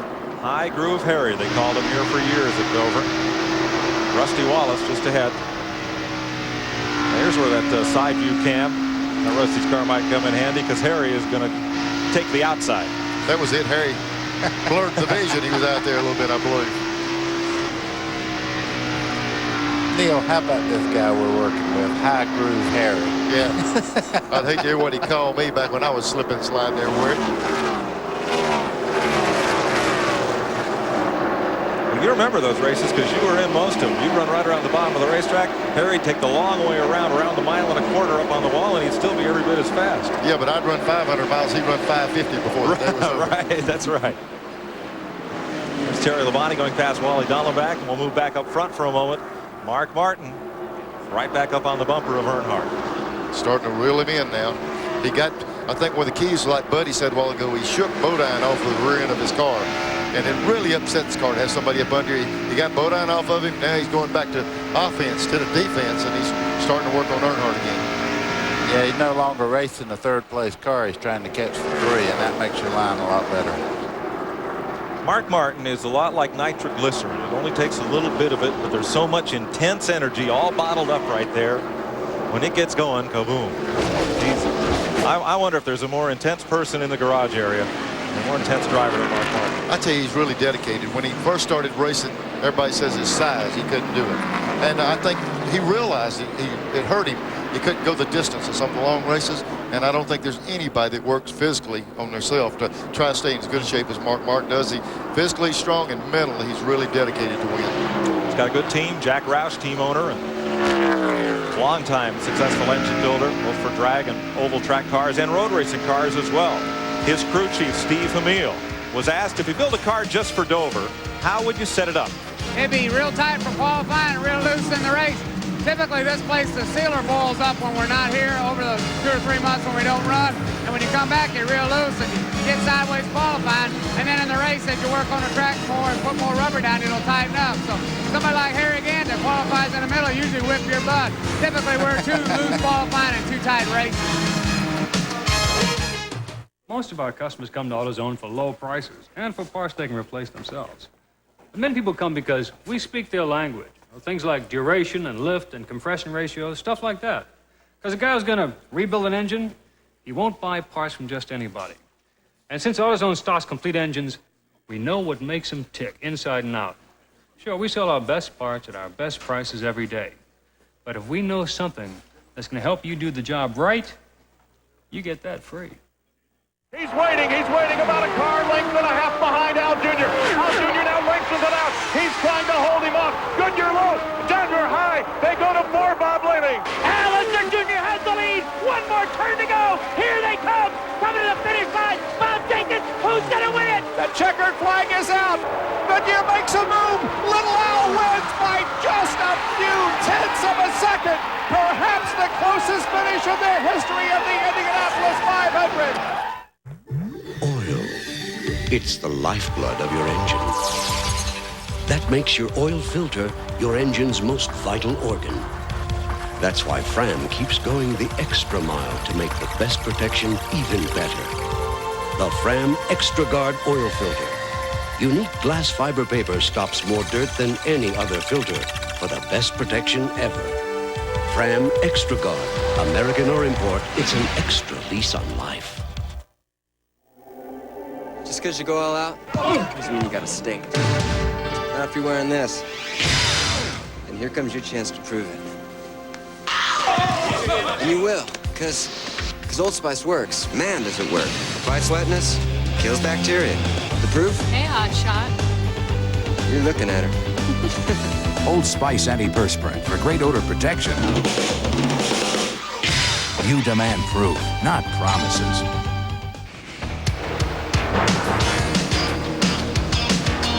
117 laps on the board here at Dover Downs. Dale Earnhardt, Mark Barton, Jeff Bodine, Bill Elliott, and Ricky Rudd, the front 5. Brett Bodine, Dick Trickle, Davey Allison, Sterling Marlin, and Kyle Petty. Right up there. This track is the only certified 1-mile speedway that NASCAR runs. Man from Mississippi called, asked how they measure the track length. 15 feet from the outside wall. It's 1 mile around here. You know, we had a reader or a watcher call in a while ago and asked how Davey Allison's hand's doing, and I talked to him yesterday, and I tell you what, he's got a lot of pain in that arm, and it's still pretty ragged looking. I tell you, he's got a long ways to go before he's 100%. But he's sure giving it 100% effort. He's all got, I tell you, he's a real race car driver. Anybody can sit in one of these things and run 500 miles with pins, screws, and everything else holding his arms together in his hands. He gets my call for the toughest guy around. About as many bolts in him as there is that race car. Yeah, I tell you, his arm is, he has scars from the elbow all the way down to the hand, on inside and out. Second in the Winston Cup points, 134 behind Bill Elliott. Giving it a good run here today. Davey Allison presently is in 7th place. Up at 3rd place, the man he's chasing in the points, Bill Elliott, is chasing Jeff Bodine. And draws a bead on him as they roll off into turn 1. You know, Sterling Marling was running right along with Bill. Bill's picked it up a little bit. He's closing in on Bodine. He's lost Sterling a little bit further back.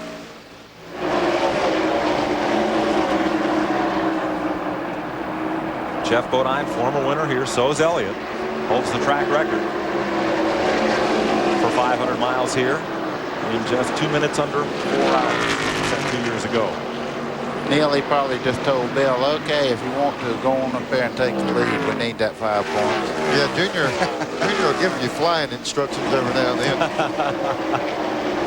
Let's check with Steve Evans. I'm in the Dave Marcus pit, and we all heard a tire explode. And the crew looked out on the racetrack. We came back behind the tool cart, and look at this. Just sitting here, I guess, from the weight of all the tools, this little bitty tire blew. But it blew with such force, everybody thought it was something out on the racetrack. And in the middle here at Dover, we got a real good laugh. I don't know how you're going to get a lug wrench on that one, Steve. You think we'll have to go to inner liners on the toolboxes now? Yeah, perhaps so. Here's the Dave Marcus car, number 71. Jim Sauter, the driver from Wisconsin, is driving Marcus's car as Marcus has replaced Greg Sachs in the Kellogg's car. Interesting turn of events to finish out the season. The reason Marcus continued to keep his own car on the racetrack is he's well up in the battle for owner points in NASCAR, and that does pay off some money at the end of the season. So Jim Sauter will finish out the year in 71. Mike, that poor little buggy down there will probably never get changed. It's just like having a car at home. You never work on your own car. We got guys there who change tires in 12 seconds. That thing, they'll hire somebody to come change a tire on that buggy. Rusty Wallace and Harry Gant running 16th and 17th on the Speedway. Gant had just settled into that 17th spot. There's Dave Marcus in the yellow car. Larry Hedrick Kellogg's car with Terry Labonte in tow. Ted Musgrave running right behind Gant in the Jasper Engines Ford. We're watching right here Harry climbing all over Rusty Wallace's car. And Rusty has ran good here in the past, but you heard him say he's got a softer set of springs than he's ever ran here before. And, you know, he's got a new crew chief in Buddy Parrott. And when you get new people, you're willing to try new things. They went from the standard setup to a little softer chassis stuff, and it might take through the course of this race. Don't count him out, because with soft springs, it just takes a little bit different bite and everything. And before the day's over, they've got a chance to get that car straightened out, get him back up front. There's Wallace right in the middle of that picture. Marcus, Labonte, Wallace, Gant, and Musgrave. Speaking of Marcus, he looks like he's going pretty well there. Glenn Jarrett. Still somewhat shaken. Alan Kulwicki has come out of the care center now. Alan, are you okay? Yeah, I'm all right. Can you tell us what happened up there? Well, I was trying to lap the 9 car, and he pulled over on the backstretch to let me go. I went in the third turn on the outside of him, and he hit me in the left rear and spun me around. We hit the wall really hard, and not a very good day for us. Probably pretty much ruins our championship hopes for this year, but we'll be back. Well, the crew is still working on the car. Do you feel up to getting back in it if they can repair it? As hard as that thing hit, they're probably just working on it to load it on the truck. I doubt if we'll be back today, but we'll be back another day. We're not going to give up. Glad to see you're okay. Better luck next time. Mr. Determination, Alan Kulwicki. He's had offers to drive for other teams, prefers to run his own railroad, steer his own ship, and he's in third in the Winston Cup points standings. But to hold that spot leading here today, he may have to get back in this race. Did you see that little snicker when he asked him, said, will you be able to get back in it when they fixed it? He knows how it felt. He's not sure they can fix it. Back up front. Earnhardt works low on the racetrack. Mark Martin running right in his tire tracks. Wally Dollar back there went under him. He's running slow. Must be a little bit of a problem. He's following back here on the outside. That's a teammate to Mark Martin. Back at 15th spot. Make that 14th spot. The yellow car, Dave Marcus. Terry Labonte is 15th. Wallace 16th. Gant 17th. Musgrave 18th. Now Ted Musgrave in the 55 car. That's the team Buddy Parrott left to go with Roger Penske and Rusty Wallace. And a lot of folks figured, well, you know, that's the end of the great rides Musgrave has had, but it hasn't been that way. He's run very well. Good racer. He ran a lot of ASA stuff, won a lot of races up there. They get it sorted out, he'll win here. 132 laps complete here at Dover Downs. Dale Earnhardt leading Mark Martin by a car length.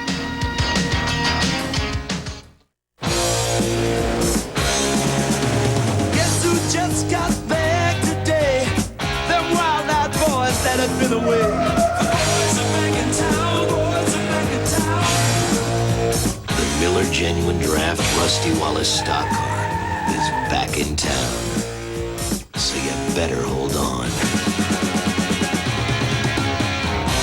Spread the word around. Guess who's back in town? Last year, Davey Allison added something new to his car. It wasn't wider tires or a slicker shape. It was the same Haviland Formula 3 motor oil you can buy, straight off the shelf, to add more life to your car with complete protection against heat stress, starting friction, and engine dirt. Now, we're not saying it was Haviland Formula 3 that gave Davey the energy to lead more major NASCAR races than anyone last year and win this year's Daytona 500. But we're not saying it wasn't. Over the years, I've made a lot of trips back and forth to Vegas. So how's it going this trip, George? The odometer was broken for over 50,000 miles, so I say we've got 300,000 miles on this car. Hi, George. I've had a longer relationship with this car than I've had with any woman. Hi, George. How are you? This beauty's a living example of what can be done with proper maintenance and AC Delco. Hi, George. AC Delco parts. It's like buying time. TNN's exclusive coverage of the Peak Antifreeze 500 by Pep Boys. It's being brought to you by AC Delco. It's like buying time.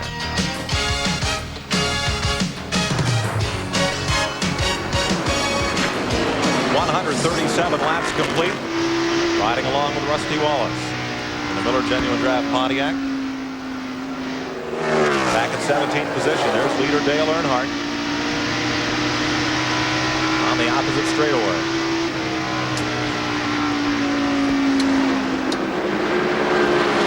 Earnhardt crosses the stripe to put 138 on the board, and now he's opened up quite a margin on Mark Martin, the second place car. 1.2 seconds first to second. Another second and a half back to third. Third and fourth close together. There's back at Mark Martin. There's the interval. First to second. Pretty impressive. He must have done some adjustment on his car on the pit stop, because he's picked up the pace quite a bit from what he was running early in the race. Here's Jeff Bodine, top of your screen there for a moment. For Mark Martin, there's third place, Bodine. And with him, you'll see Bill Elliott. The two red Fords. Bodine number 15. And just a couple of car lengths back, there's Bill Elliott coming into view. Elliott runs here in fourth, has not led today. Only three drivers have traded the lead back and forth. Kulwicki, Earnhardt, and Mark Martin. Elliott in fourth. He's got pretty good breathing room. Back to fifth place, Dick Trickle.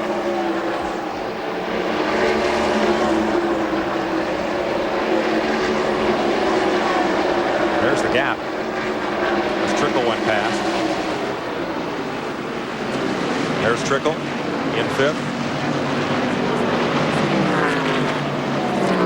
And as he rounds up out of turn number 2, pretty clear racetrack behind him for a ways.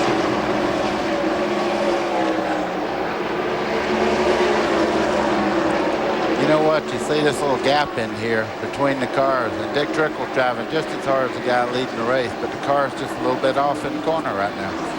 There's sixth place Sterling Marlin. You see he trails Trickle by about 2 seconds now. The Maxwell House car. And Davey Allison coming up on Sterling Marlin. You know, we're all pulling for Dick to get a good ride for next year, because he's been told that he won't be back in the Snickers car next year. So. And Sterling Marlin will move on out of the Junior Johnson stable. There's Davey Allison. Allison in seventh. Just about 5 car lengths behind Sterling Marlin. Riding along with Allison. Back straightaway. He's steady moving up. Every time you see him, he's coming right on up and up and up. He'll be up there at the factor in a few minutes. There's Kyle Petty, and he has moved up. Kyle's come up to 8th spot now. He had been back with that Rusty Wallace pack, but has moved up into the 8th position in the mellow yellow Pontiac for Felix Sabates. There's the interval 7th to 8th. Morgan Shepherd is 9th. Fred Bodine is 10th. Then Ernie Irvin. 145 laps complete here at Dover. Earnhardt, Martin, Jeff Bodine, Elliott, and Trickle are the top 5. We'll be right back. This week on Crook and Chase, Lionel Cartwright joins us in person. And we'll catch a glimpse of Garth Brooks' new album called The Chase. It's going to be good. Crook and Chase, a full hour live weeknights on TNN. Yes, it's a beautiful country we live in. And as TNN explores America all this year, we've got just what you need to really get around and see the sights.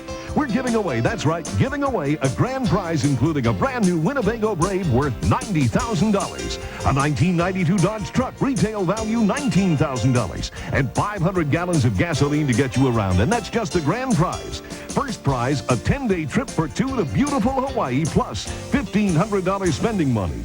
And 500 seconds at your favorite retail location for a shopping spree of up to $20,000. To enter, call 1-900-370-4866. You can enter as often as you like. Each call costs 95 cents per minute. Or send a postcard with your name, address, and phone number to this address. Or you can pick up an entry form at your local Winnebago dealer. And wait, there's more.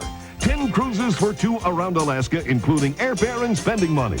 With all these great prizes to win, you better get your entries in soon for the TNN Explores America Sweepstakes.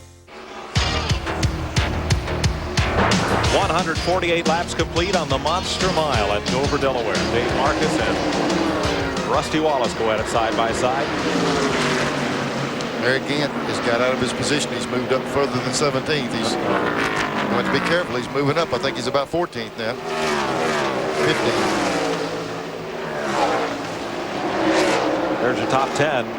And you see Darrell Waltrip up there in that picture. And Darrell is just 1.6 seconds from getting lapped by Earnhardt. Yeah, you can see in that shot coming off 4 turn, directly behind him was Earnhardt. He just put Schrader a lap down. Schrader had a little bit of problem. There's Earnhardt, you can see coming in the bottom of the shot. Now there's Marcus. He dropped to the back of that pack, but Earnhardt will come up to lap him, and they will go like a rocket. Boy, he's closing that interval every lap. You know, Darrell's really good at pacing himself with a car. Now, if he's got anything, he can't pace anymore. He's going to have to see if he can stay ahead of Earnhardt, try to catch a caution and get that mile of racetrack back. With a caution will really help him right now. Earnhardt up to the outside of Marcus. I don't think you get that conservative. I think Earnhardt just got him covered right now. He's having some trouble with Waltrop's car, not running like he wanted it to. Back at 8th spot, Kyle Petty chasing the 21 of Morgan Shepherd. Harry Gant's only 2.5 seconds from going a lap down. Maybe that's the reason Harry pulled around some of those cars and started picking up the pace. Called him, told him a leader was coming. There's Shepherd and Kyle Petty running behind Davey Allison, the 7th place car.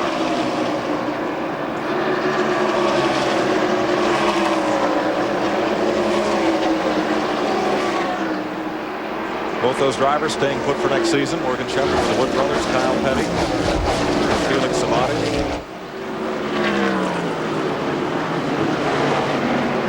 Terry Labonte will stay with Billy Hagan next season. They'll have a new sponsor on that car, replacing Sunoco. And of course, Harry Gant will be back for Leo Jackson.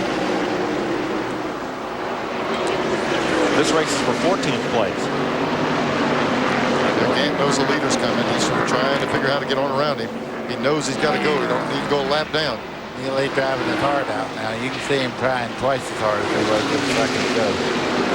We'll let you know when it's halfway, and if you know the driver who leads at the halfway point and you've filed an entry for this week's running of the Gillette Halfway Challenge, your phone could ring, and if it's the Gillette folks and you know the right driver, you win a Chevy Lumina Z34. To enter next week's contest for the Goodies 500, right Gillette Halfway Challenge. Send your name, address, and phone number, box 2246, St. Petersburg, Florida, 33731. Make sure they get your entry by next Saturday. Gant's trying everything he can with Labonte. He's tried him high. Matter of fact, he's tried higher than most people try. See Harry run a little bit higher line. As he gets on the far side of the corner, watch how much higher he is. He's right up a little bit, try to get a run down under Labonte off the corner, but Labonte's car runs good up off the corner. And Earnhardt just put Darrell Waltrip a lap down. Watch Gant go into this corner. He really goes in extra hard. 17 cars on the lead lap.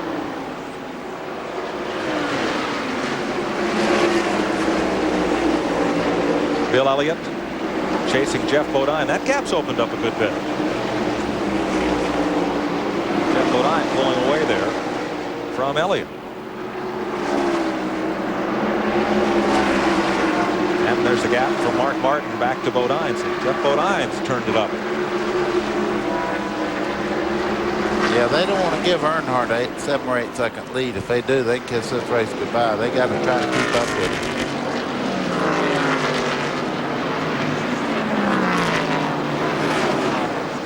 Dale Earnhardt working a lot of lap traffic.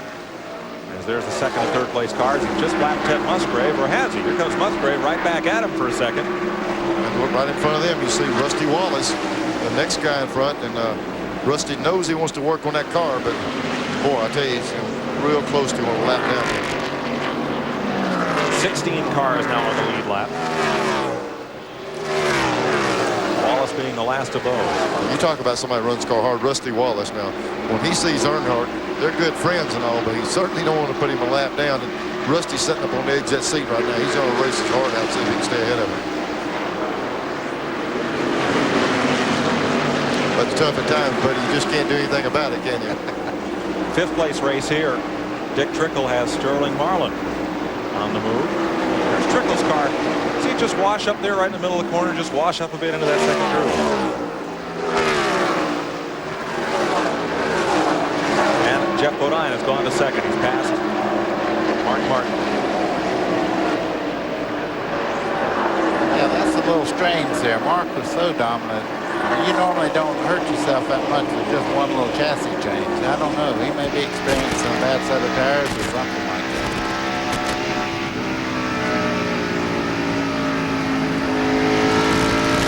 .7 seconds, first to second. Earnhardt back to Jeff Bodine. There's Mark Martin in third.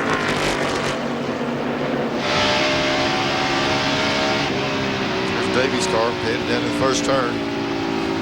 Roll out throttle right here, right back in front of you. Just lay it on the mat here. That's a big hill to climb. We talk about the banking in the track. That's not only the thing you have to climb. You're actually going uphill onto the straightaway, and it really pulls on the motors. We asked Davey Allison's crew chief Larry McReynolds as we go to break, why is this track so tough on engine? It's real hard on crankshafts, camshafts, valve train. Like the RPM so high, and it's like driving off in a hole. It's just like the car goes out in midair and really turns a lot of RPM. So it's really got to focus on durability in your motors when you come here. The American Society for Testing and Materials set a new technical standard for antifreeze used to protect heavy-duty truck engines against boiling, freeze-ups, and corrosion. Only one of the 3 best-selling antifreeze brands made for cars meets that standard. It's the patented car antifreeze that can also keep heavy-duty engines running at their peak. Protect your engine from freeze-ups and boilovers. Remember the heavy-duty standard. Don't stop short of the peak. In my career, I've had a lot of good things happen to me. Of course, there were a few headaches, but that's when I'd reach for a Goody's headache powder. And I'm not alone. In a recent survey, doctors preferred the Goody's formula too, by more than 3 to 1 over BC's. And only Goody's beats a headache the way I prefer, in record-breaking time. All right. Makes you feel so good again. Take the heat out of shaving. Soothe your razor burn with post-shave conditioning hydrogel from Old Spice. Because when you've got proof, who needs promises?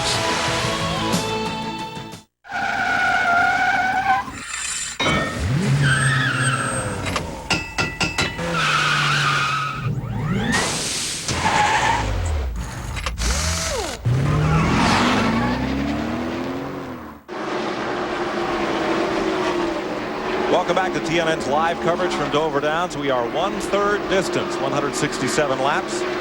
Dale Earnhardt, your race leader. Jeff Bodine runs in the second position. Third is Bill Elliott. And Mark Martin has now slipped to fourth.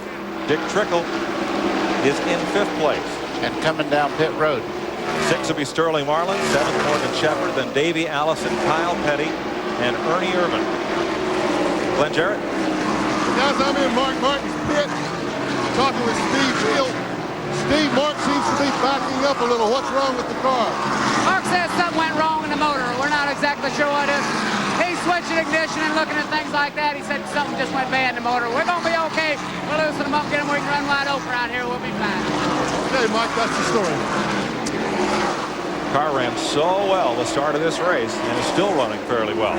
Dick Trickle is getting a chassis adjustment and 4 tires on the Snickers Ford. Took 28 seconds to do that service. And he's back in the race at lap 170. He'll be a lap down. Well, you know, we heard him talking about having a motor trouble. Here's Jeff Bodine coming down pit road while we're talking. He was up to second place, running real well in the race. Well, it's been about 80 laps since many of the contenders were on pit road. So we could be seeing the first of scheduled pit stops under green. No, he's happy with the chassis. You don't see anybody hanging in the windows trying to adjust weight on that car, so it must be handling and suiting. Just about the time you say it, but it looked like they put a half around. They heard you and they wanted to change it anyway. Never fails, does it? They saw them clean the grill. One of our questions over the 800 number was, if you get that grill blocked up with paper, how much that'll hurt you and how long you can run out there? Well, it depends on the size of the paper, of course, but they have a lot of air intake on these cars on a mile racetrack like this. You seal them up more at Daytona places, so it's not as critical here as it would be at Daytona where you have smaller openings. Well, one thing, too, these radiators in these cars nowadays are like distilleries. The things are so big aluminum radiators, you can almost run the things plugged up.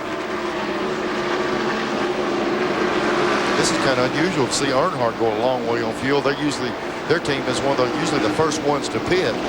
We've seen some of the top teams come in, and Dale, this bunch is staying out right now. Sterling Marlin's in the Junior Johnson car. And Hut Strickland is driving for Junie Donlevy today. He's on pit road. And the rest of the season, he'll drive that number 90 car with Junior Johnson engines. Whoops, he's over the line. See the guy, inspector tell him to back up. He had to stop and back up. He came over the line. That's going to cost him. You know, they put those angle lines down. You see right at the left front corner of Sterling's car on the pit, so the driver knows exactly where to stop. But the problem is in the seat, you can't see where that angle thing is. It's like the curb when you're pulling into a parking space. You also notice the nose there. He'd been a little close to somebody, Neil. Yep. And another thing, too, Mike, talking about this is one of the 4 tracks that has a 26-foot pit. It's a real short pit. It's hard to get in and get in short distance without getting over those lines. Earnhardt's on pit road. Race leader.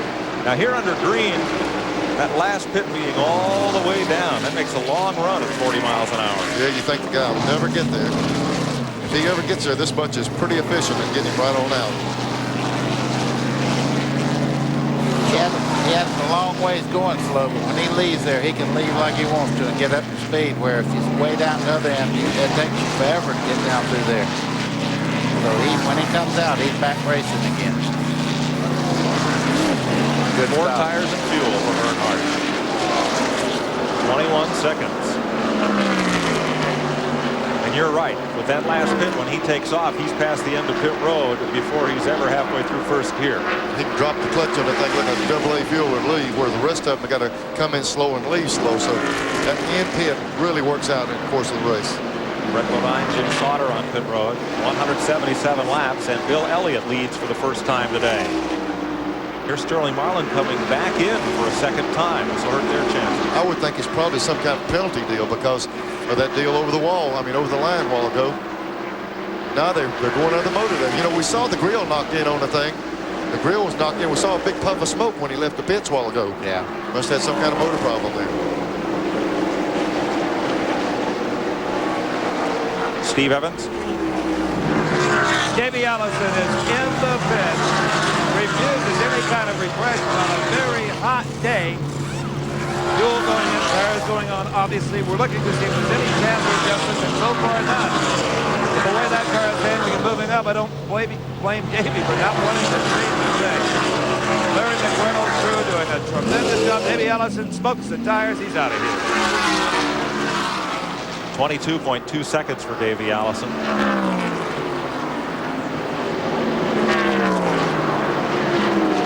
40 miles an hour down pit road. Ricky Rudd is in. Ted Musgrave. Jeff Purvis making the pit stop. All under green.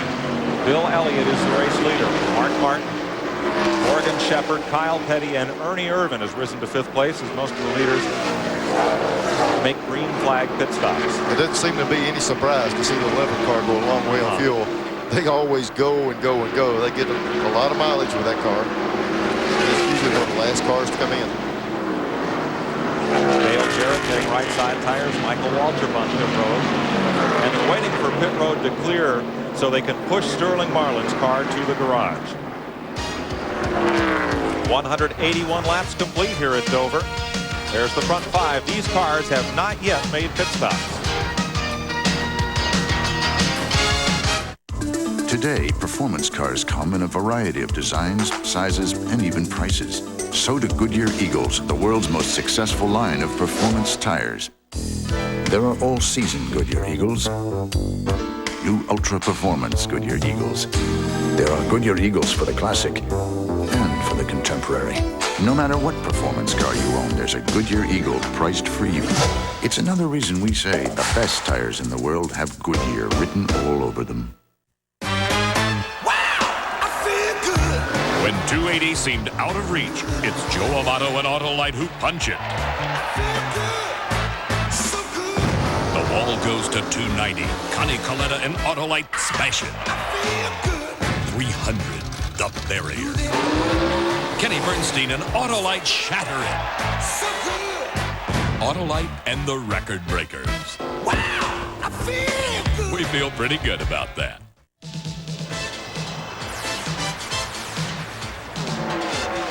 This is where America gets together.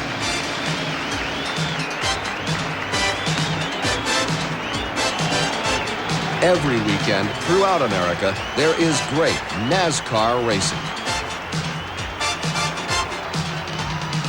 I wouldn't be anywhere else.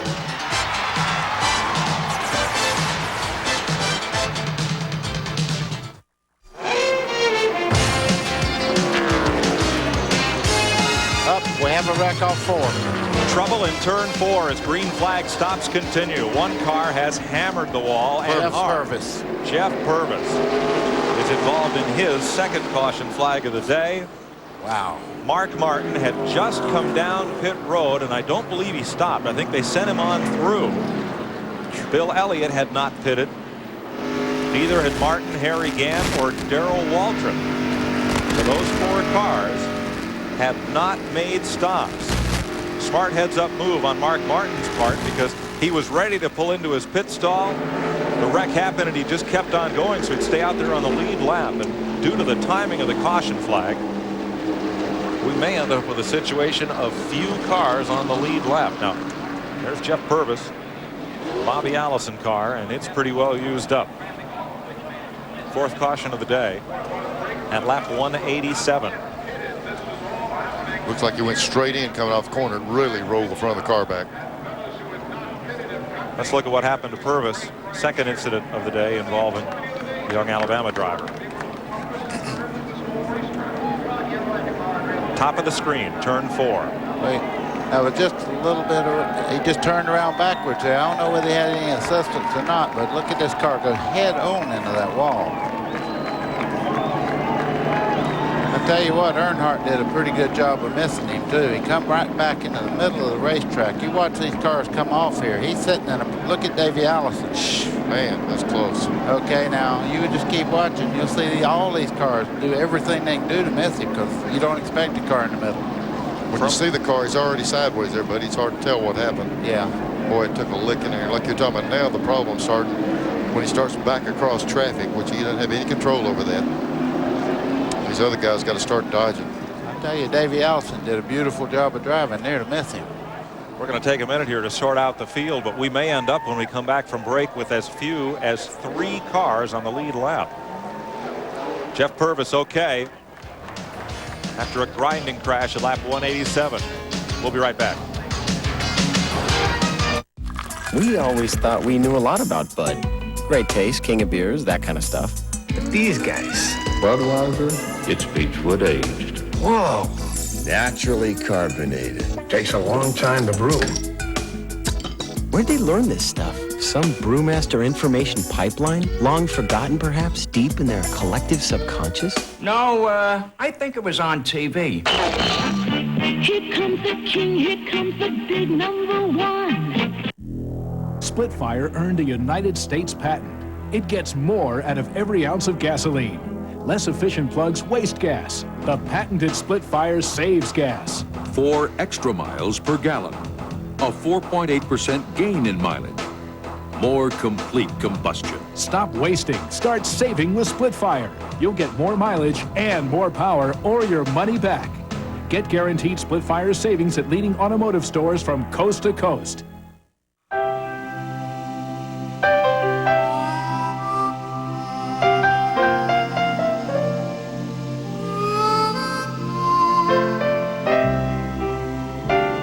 Promised me something really special for my birthday.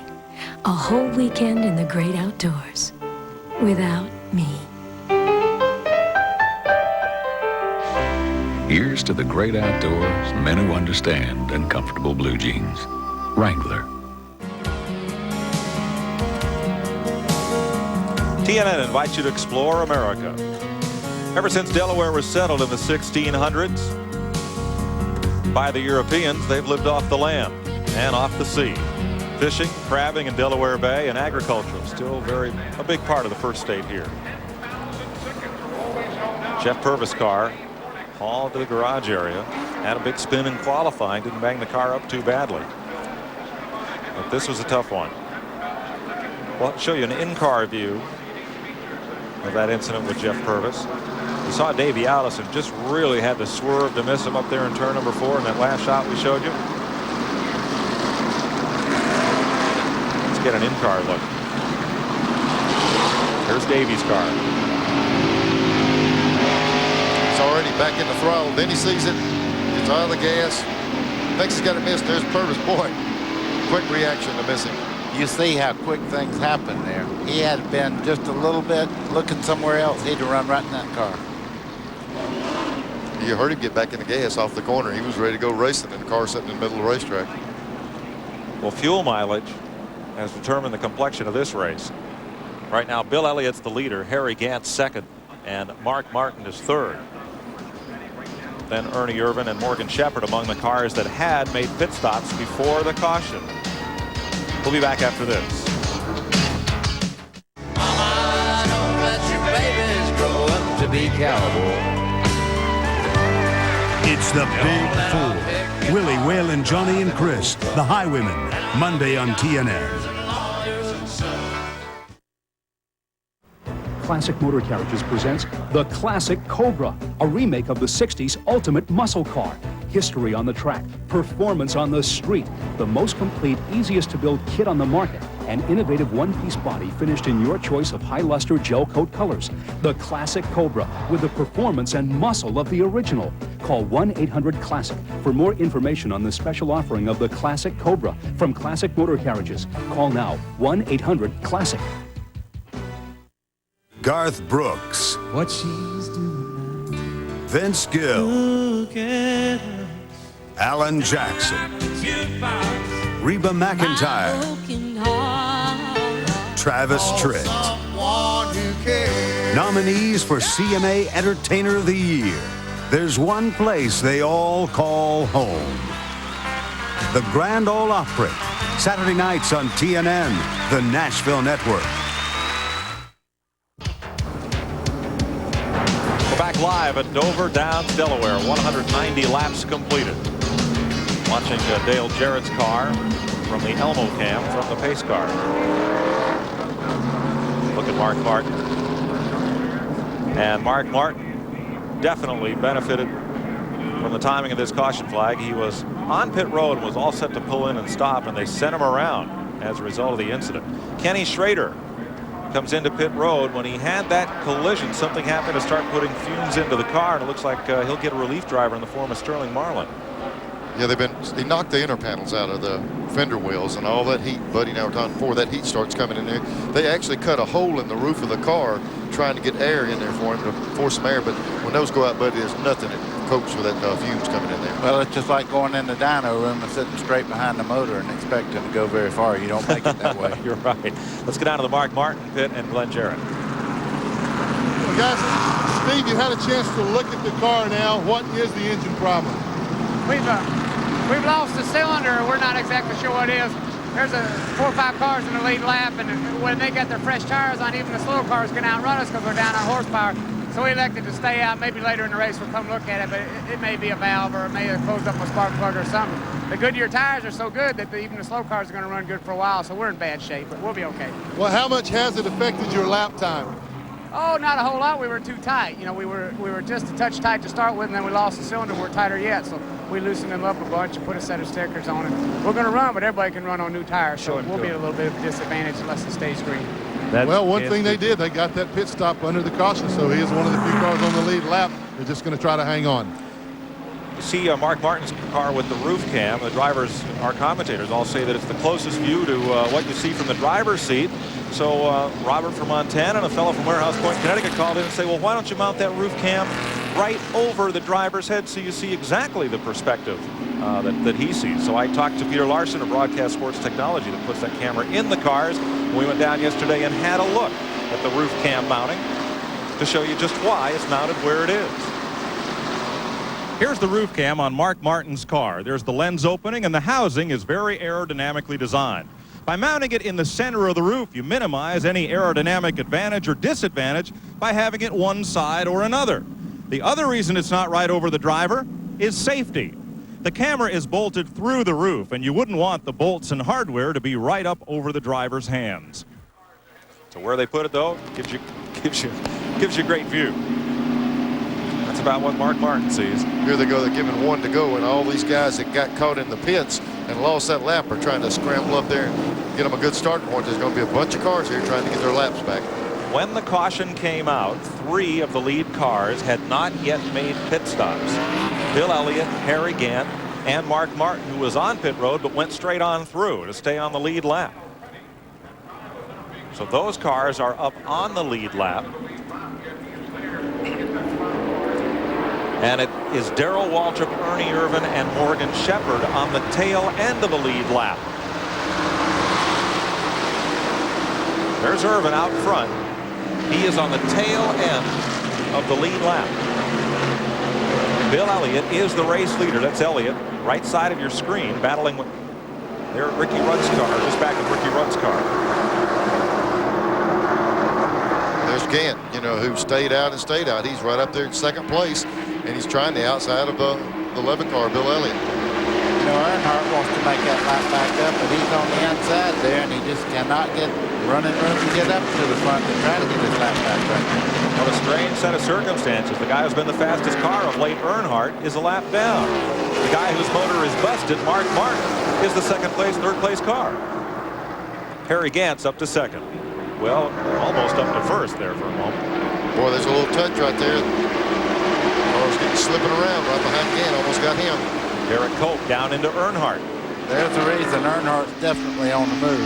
There'll be a lot of slipping in just a second. There's the backseat driver cam on Rusty Wallace's car. Giving you that picture.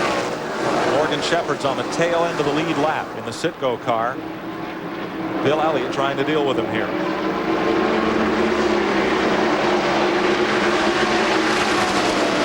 Well, that caution didn't come in a worse time for some of the drivers and a better time for the others. He just made a big turnaround when he's leading this race. Of the 5 drivers who have won races by fuel mileage this year, 2 of them are among our front 3. Elliott did it at Atlanta. Gant did it here in June and at Michigan. Darrell Waltrip did it twice. Well, they're consistent. These guys that get great gas mileage get a break most every race in the past 3 or 4 races now. Mark Martin down to the inside. Jeff Bodine right with him. They're in mid-pack. Martin is on the lead lap. He's the third place car. I walked into the garage this morning. Elmo Langley is the guy that checks those fuel cells. He had a measuring tape out of Gant's car. He said, I'm going to find out why you guys go so far on gas. And they stole his measuring tape. and he said, you keep this up and you'll be getting 80 miles to a tank. He'll be chopping it back. But, boy, they certainly do go a long way on the tank of gas. There's Gant, Dale Earnhardt right with him, and Elliott the leader. Morgan Shepherd, 5th place car, number 21, trying to stay on the lead lap here. I got to tell you something else. Harry Gant was real close to getting the lap. He seen the leader coming. He started picking the speed up, and he actually drove away from Earnhardt a little bit. So he may be as tough as he needs to be today. You know, buddy, that's what we were talking about. He was racing with Labonte. We were wondering if he could get around him. He cleared Labonte and drove out of straightaway. So Gant's got a pretty strong race car under him. Who does that surprise? Nobody. Here's probably the most surprised fellow in the place. Dale Earnhardt was leading when he made his pit stop. Then the caution came out, and the drivers that did not stop are on the lead lap, and Earnhardt's a lap down. It's tough enough just playing catch-up on this track, but when you have the fastest car for a while, then you've got to play catch-up. That's tough. And not only that, when you pit and you have a 4-tire stop for 20 seconds. and you still don't stay out there. So it's just a turn of events you can't control. I'll tell you something else. They either tighten the car up or something. You said they put a half a round of light or something in it. Dick Trickle's giving him all he wants. As a matter of fact, he's passing him. Along with Davey Allison. Get on that outside line, there's a good chance a bunch of folks will pass you. Boy, Trickle's car loosened up coming off that corner there, buddy. Now that's not for position. Trickle's pit stop took 28 seconds, so he is 2 laps down to the race leader, a lap behind Earnhardt. You know, Neil, you said they didn't do anything but a half a round. Sometimes a half a round knocks you right out of the ballpark here. It's one thing about race car drivers, they're greedy. They'll be running good and they say, boy, let's just do a little bit, make it better, and sometimes it doesn't get better. Jeff Bodine underneath Mark Martin.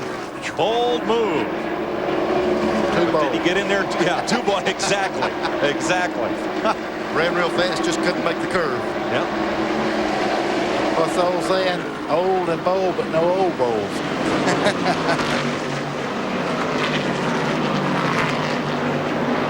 Well, Mark Martin, they said he's lost a cylinder. That thing of his runners are pretty fast race cars.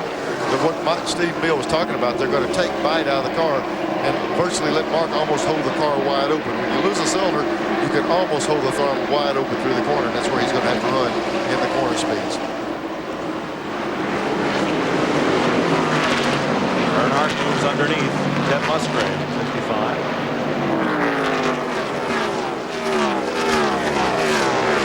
You know, it's amazing the car can be that dominant for that long a period. And just one little chassis adjustment, now he's out of the ballpark.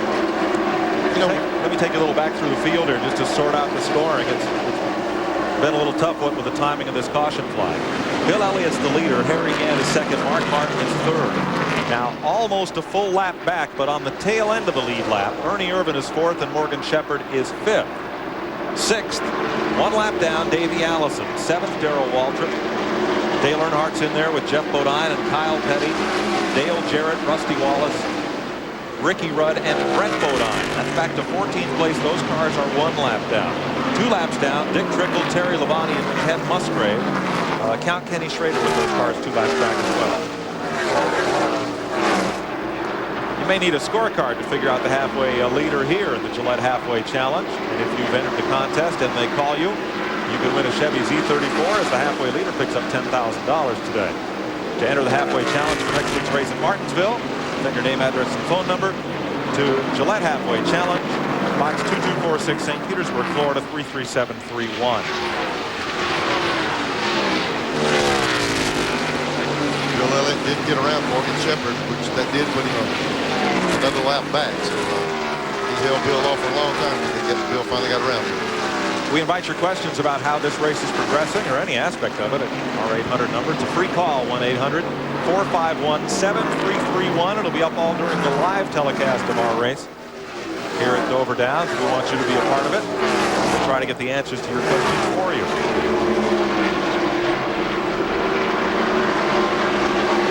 Shirley from Ohio called Matthews replacing Dick Beatty as Winston Cup director. First, we want to say hi to Dick and to Morris Metcalf, who's recuperating. Are both out of the hospital, but Dick had planned to retire at the end of this season. He's done a great job as head of the Winston Cup division for NASCAR, and no announcement yet on who will replace him. Gary Nelson's been the technical director of the series and has done a great job. Ray Hill, the new Busch Series director, is up in the control tower today, as is Gary Nelson. So, you know, there's a lot of changes going to NASCAR. Jim Hunter, they're talking about going to Darlington. NASCAR's making a lot of changes at the top, and I don't think we've seen the end of them yet. Now, Kenny Schrader is still in his car. We talked about the inner fender panels being knocked in and the fumes that have about overcome him. The caution flag did help, but they ran and got Sterling Marlin, and they called Schrader on the radio and said, "We got Sterling in your pit if you want to come in." And Schrader radioed back, "Handcuff him. Make sure you keep him there." Let me tell you, I stood by for him the whole race in Daytona. If he can go, he'll make it all the way. Yeah, he's tough as any of the guys out there. He runs a lot of races, number of races other than Winston Cup. He's in plenty good shape. That thing's giving him a fit through those fumes. 211 laps, 4 cars on the lead lap now. Darrell Waltrip among those drivers, 1 lap back. Has a new crew chief, Jake Elder. And we asked Jake, what worries you most about running 500 miles here at Dover? It's just a tiresome track to drive 500 miles on because you're in the corners along here. And it's just a tiresome racetrack to drive if it's hot. If it's cool, it ain't that bad. But if it's a good, hot, sticky day, it's just a hard day on them drivers. In trying to make an artistic statement, one should be careful not to let one's personal aroma do the talking. In order not to offend the critics, I recommend Right Guard Sport Stick. It provides maximum protection and the freshest scents, a sublime palette of odoriferous emanations. After all, a true artiste should be remembered for his inspiration, not his perspiration. Right Guard Sport Stick. Anything less would be uncivilized.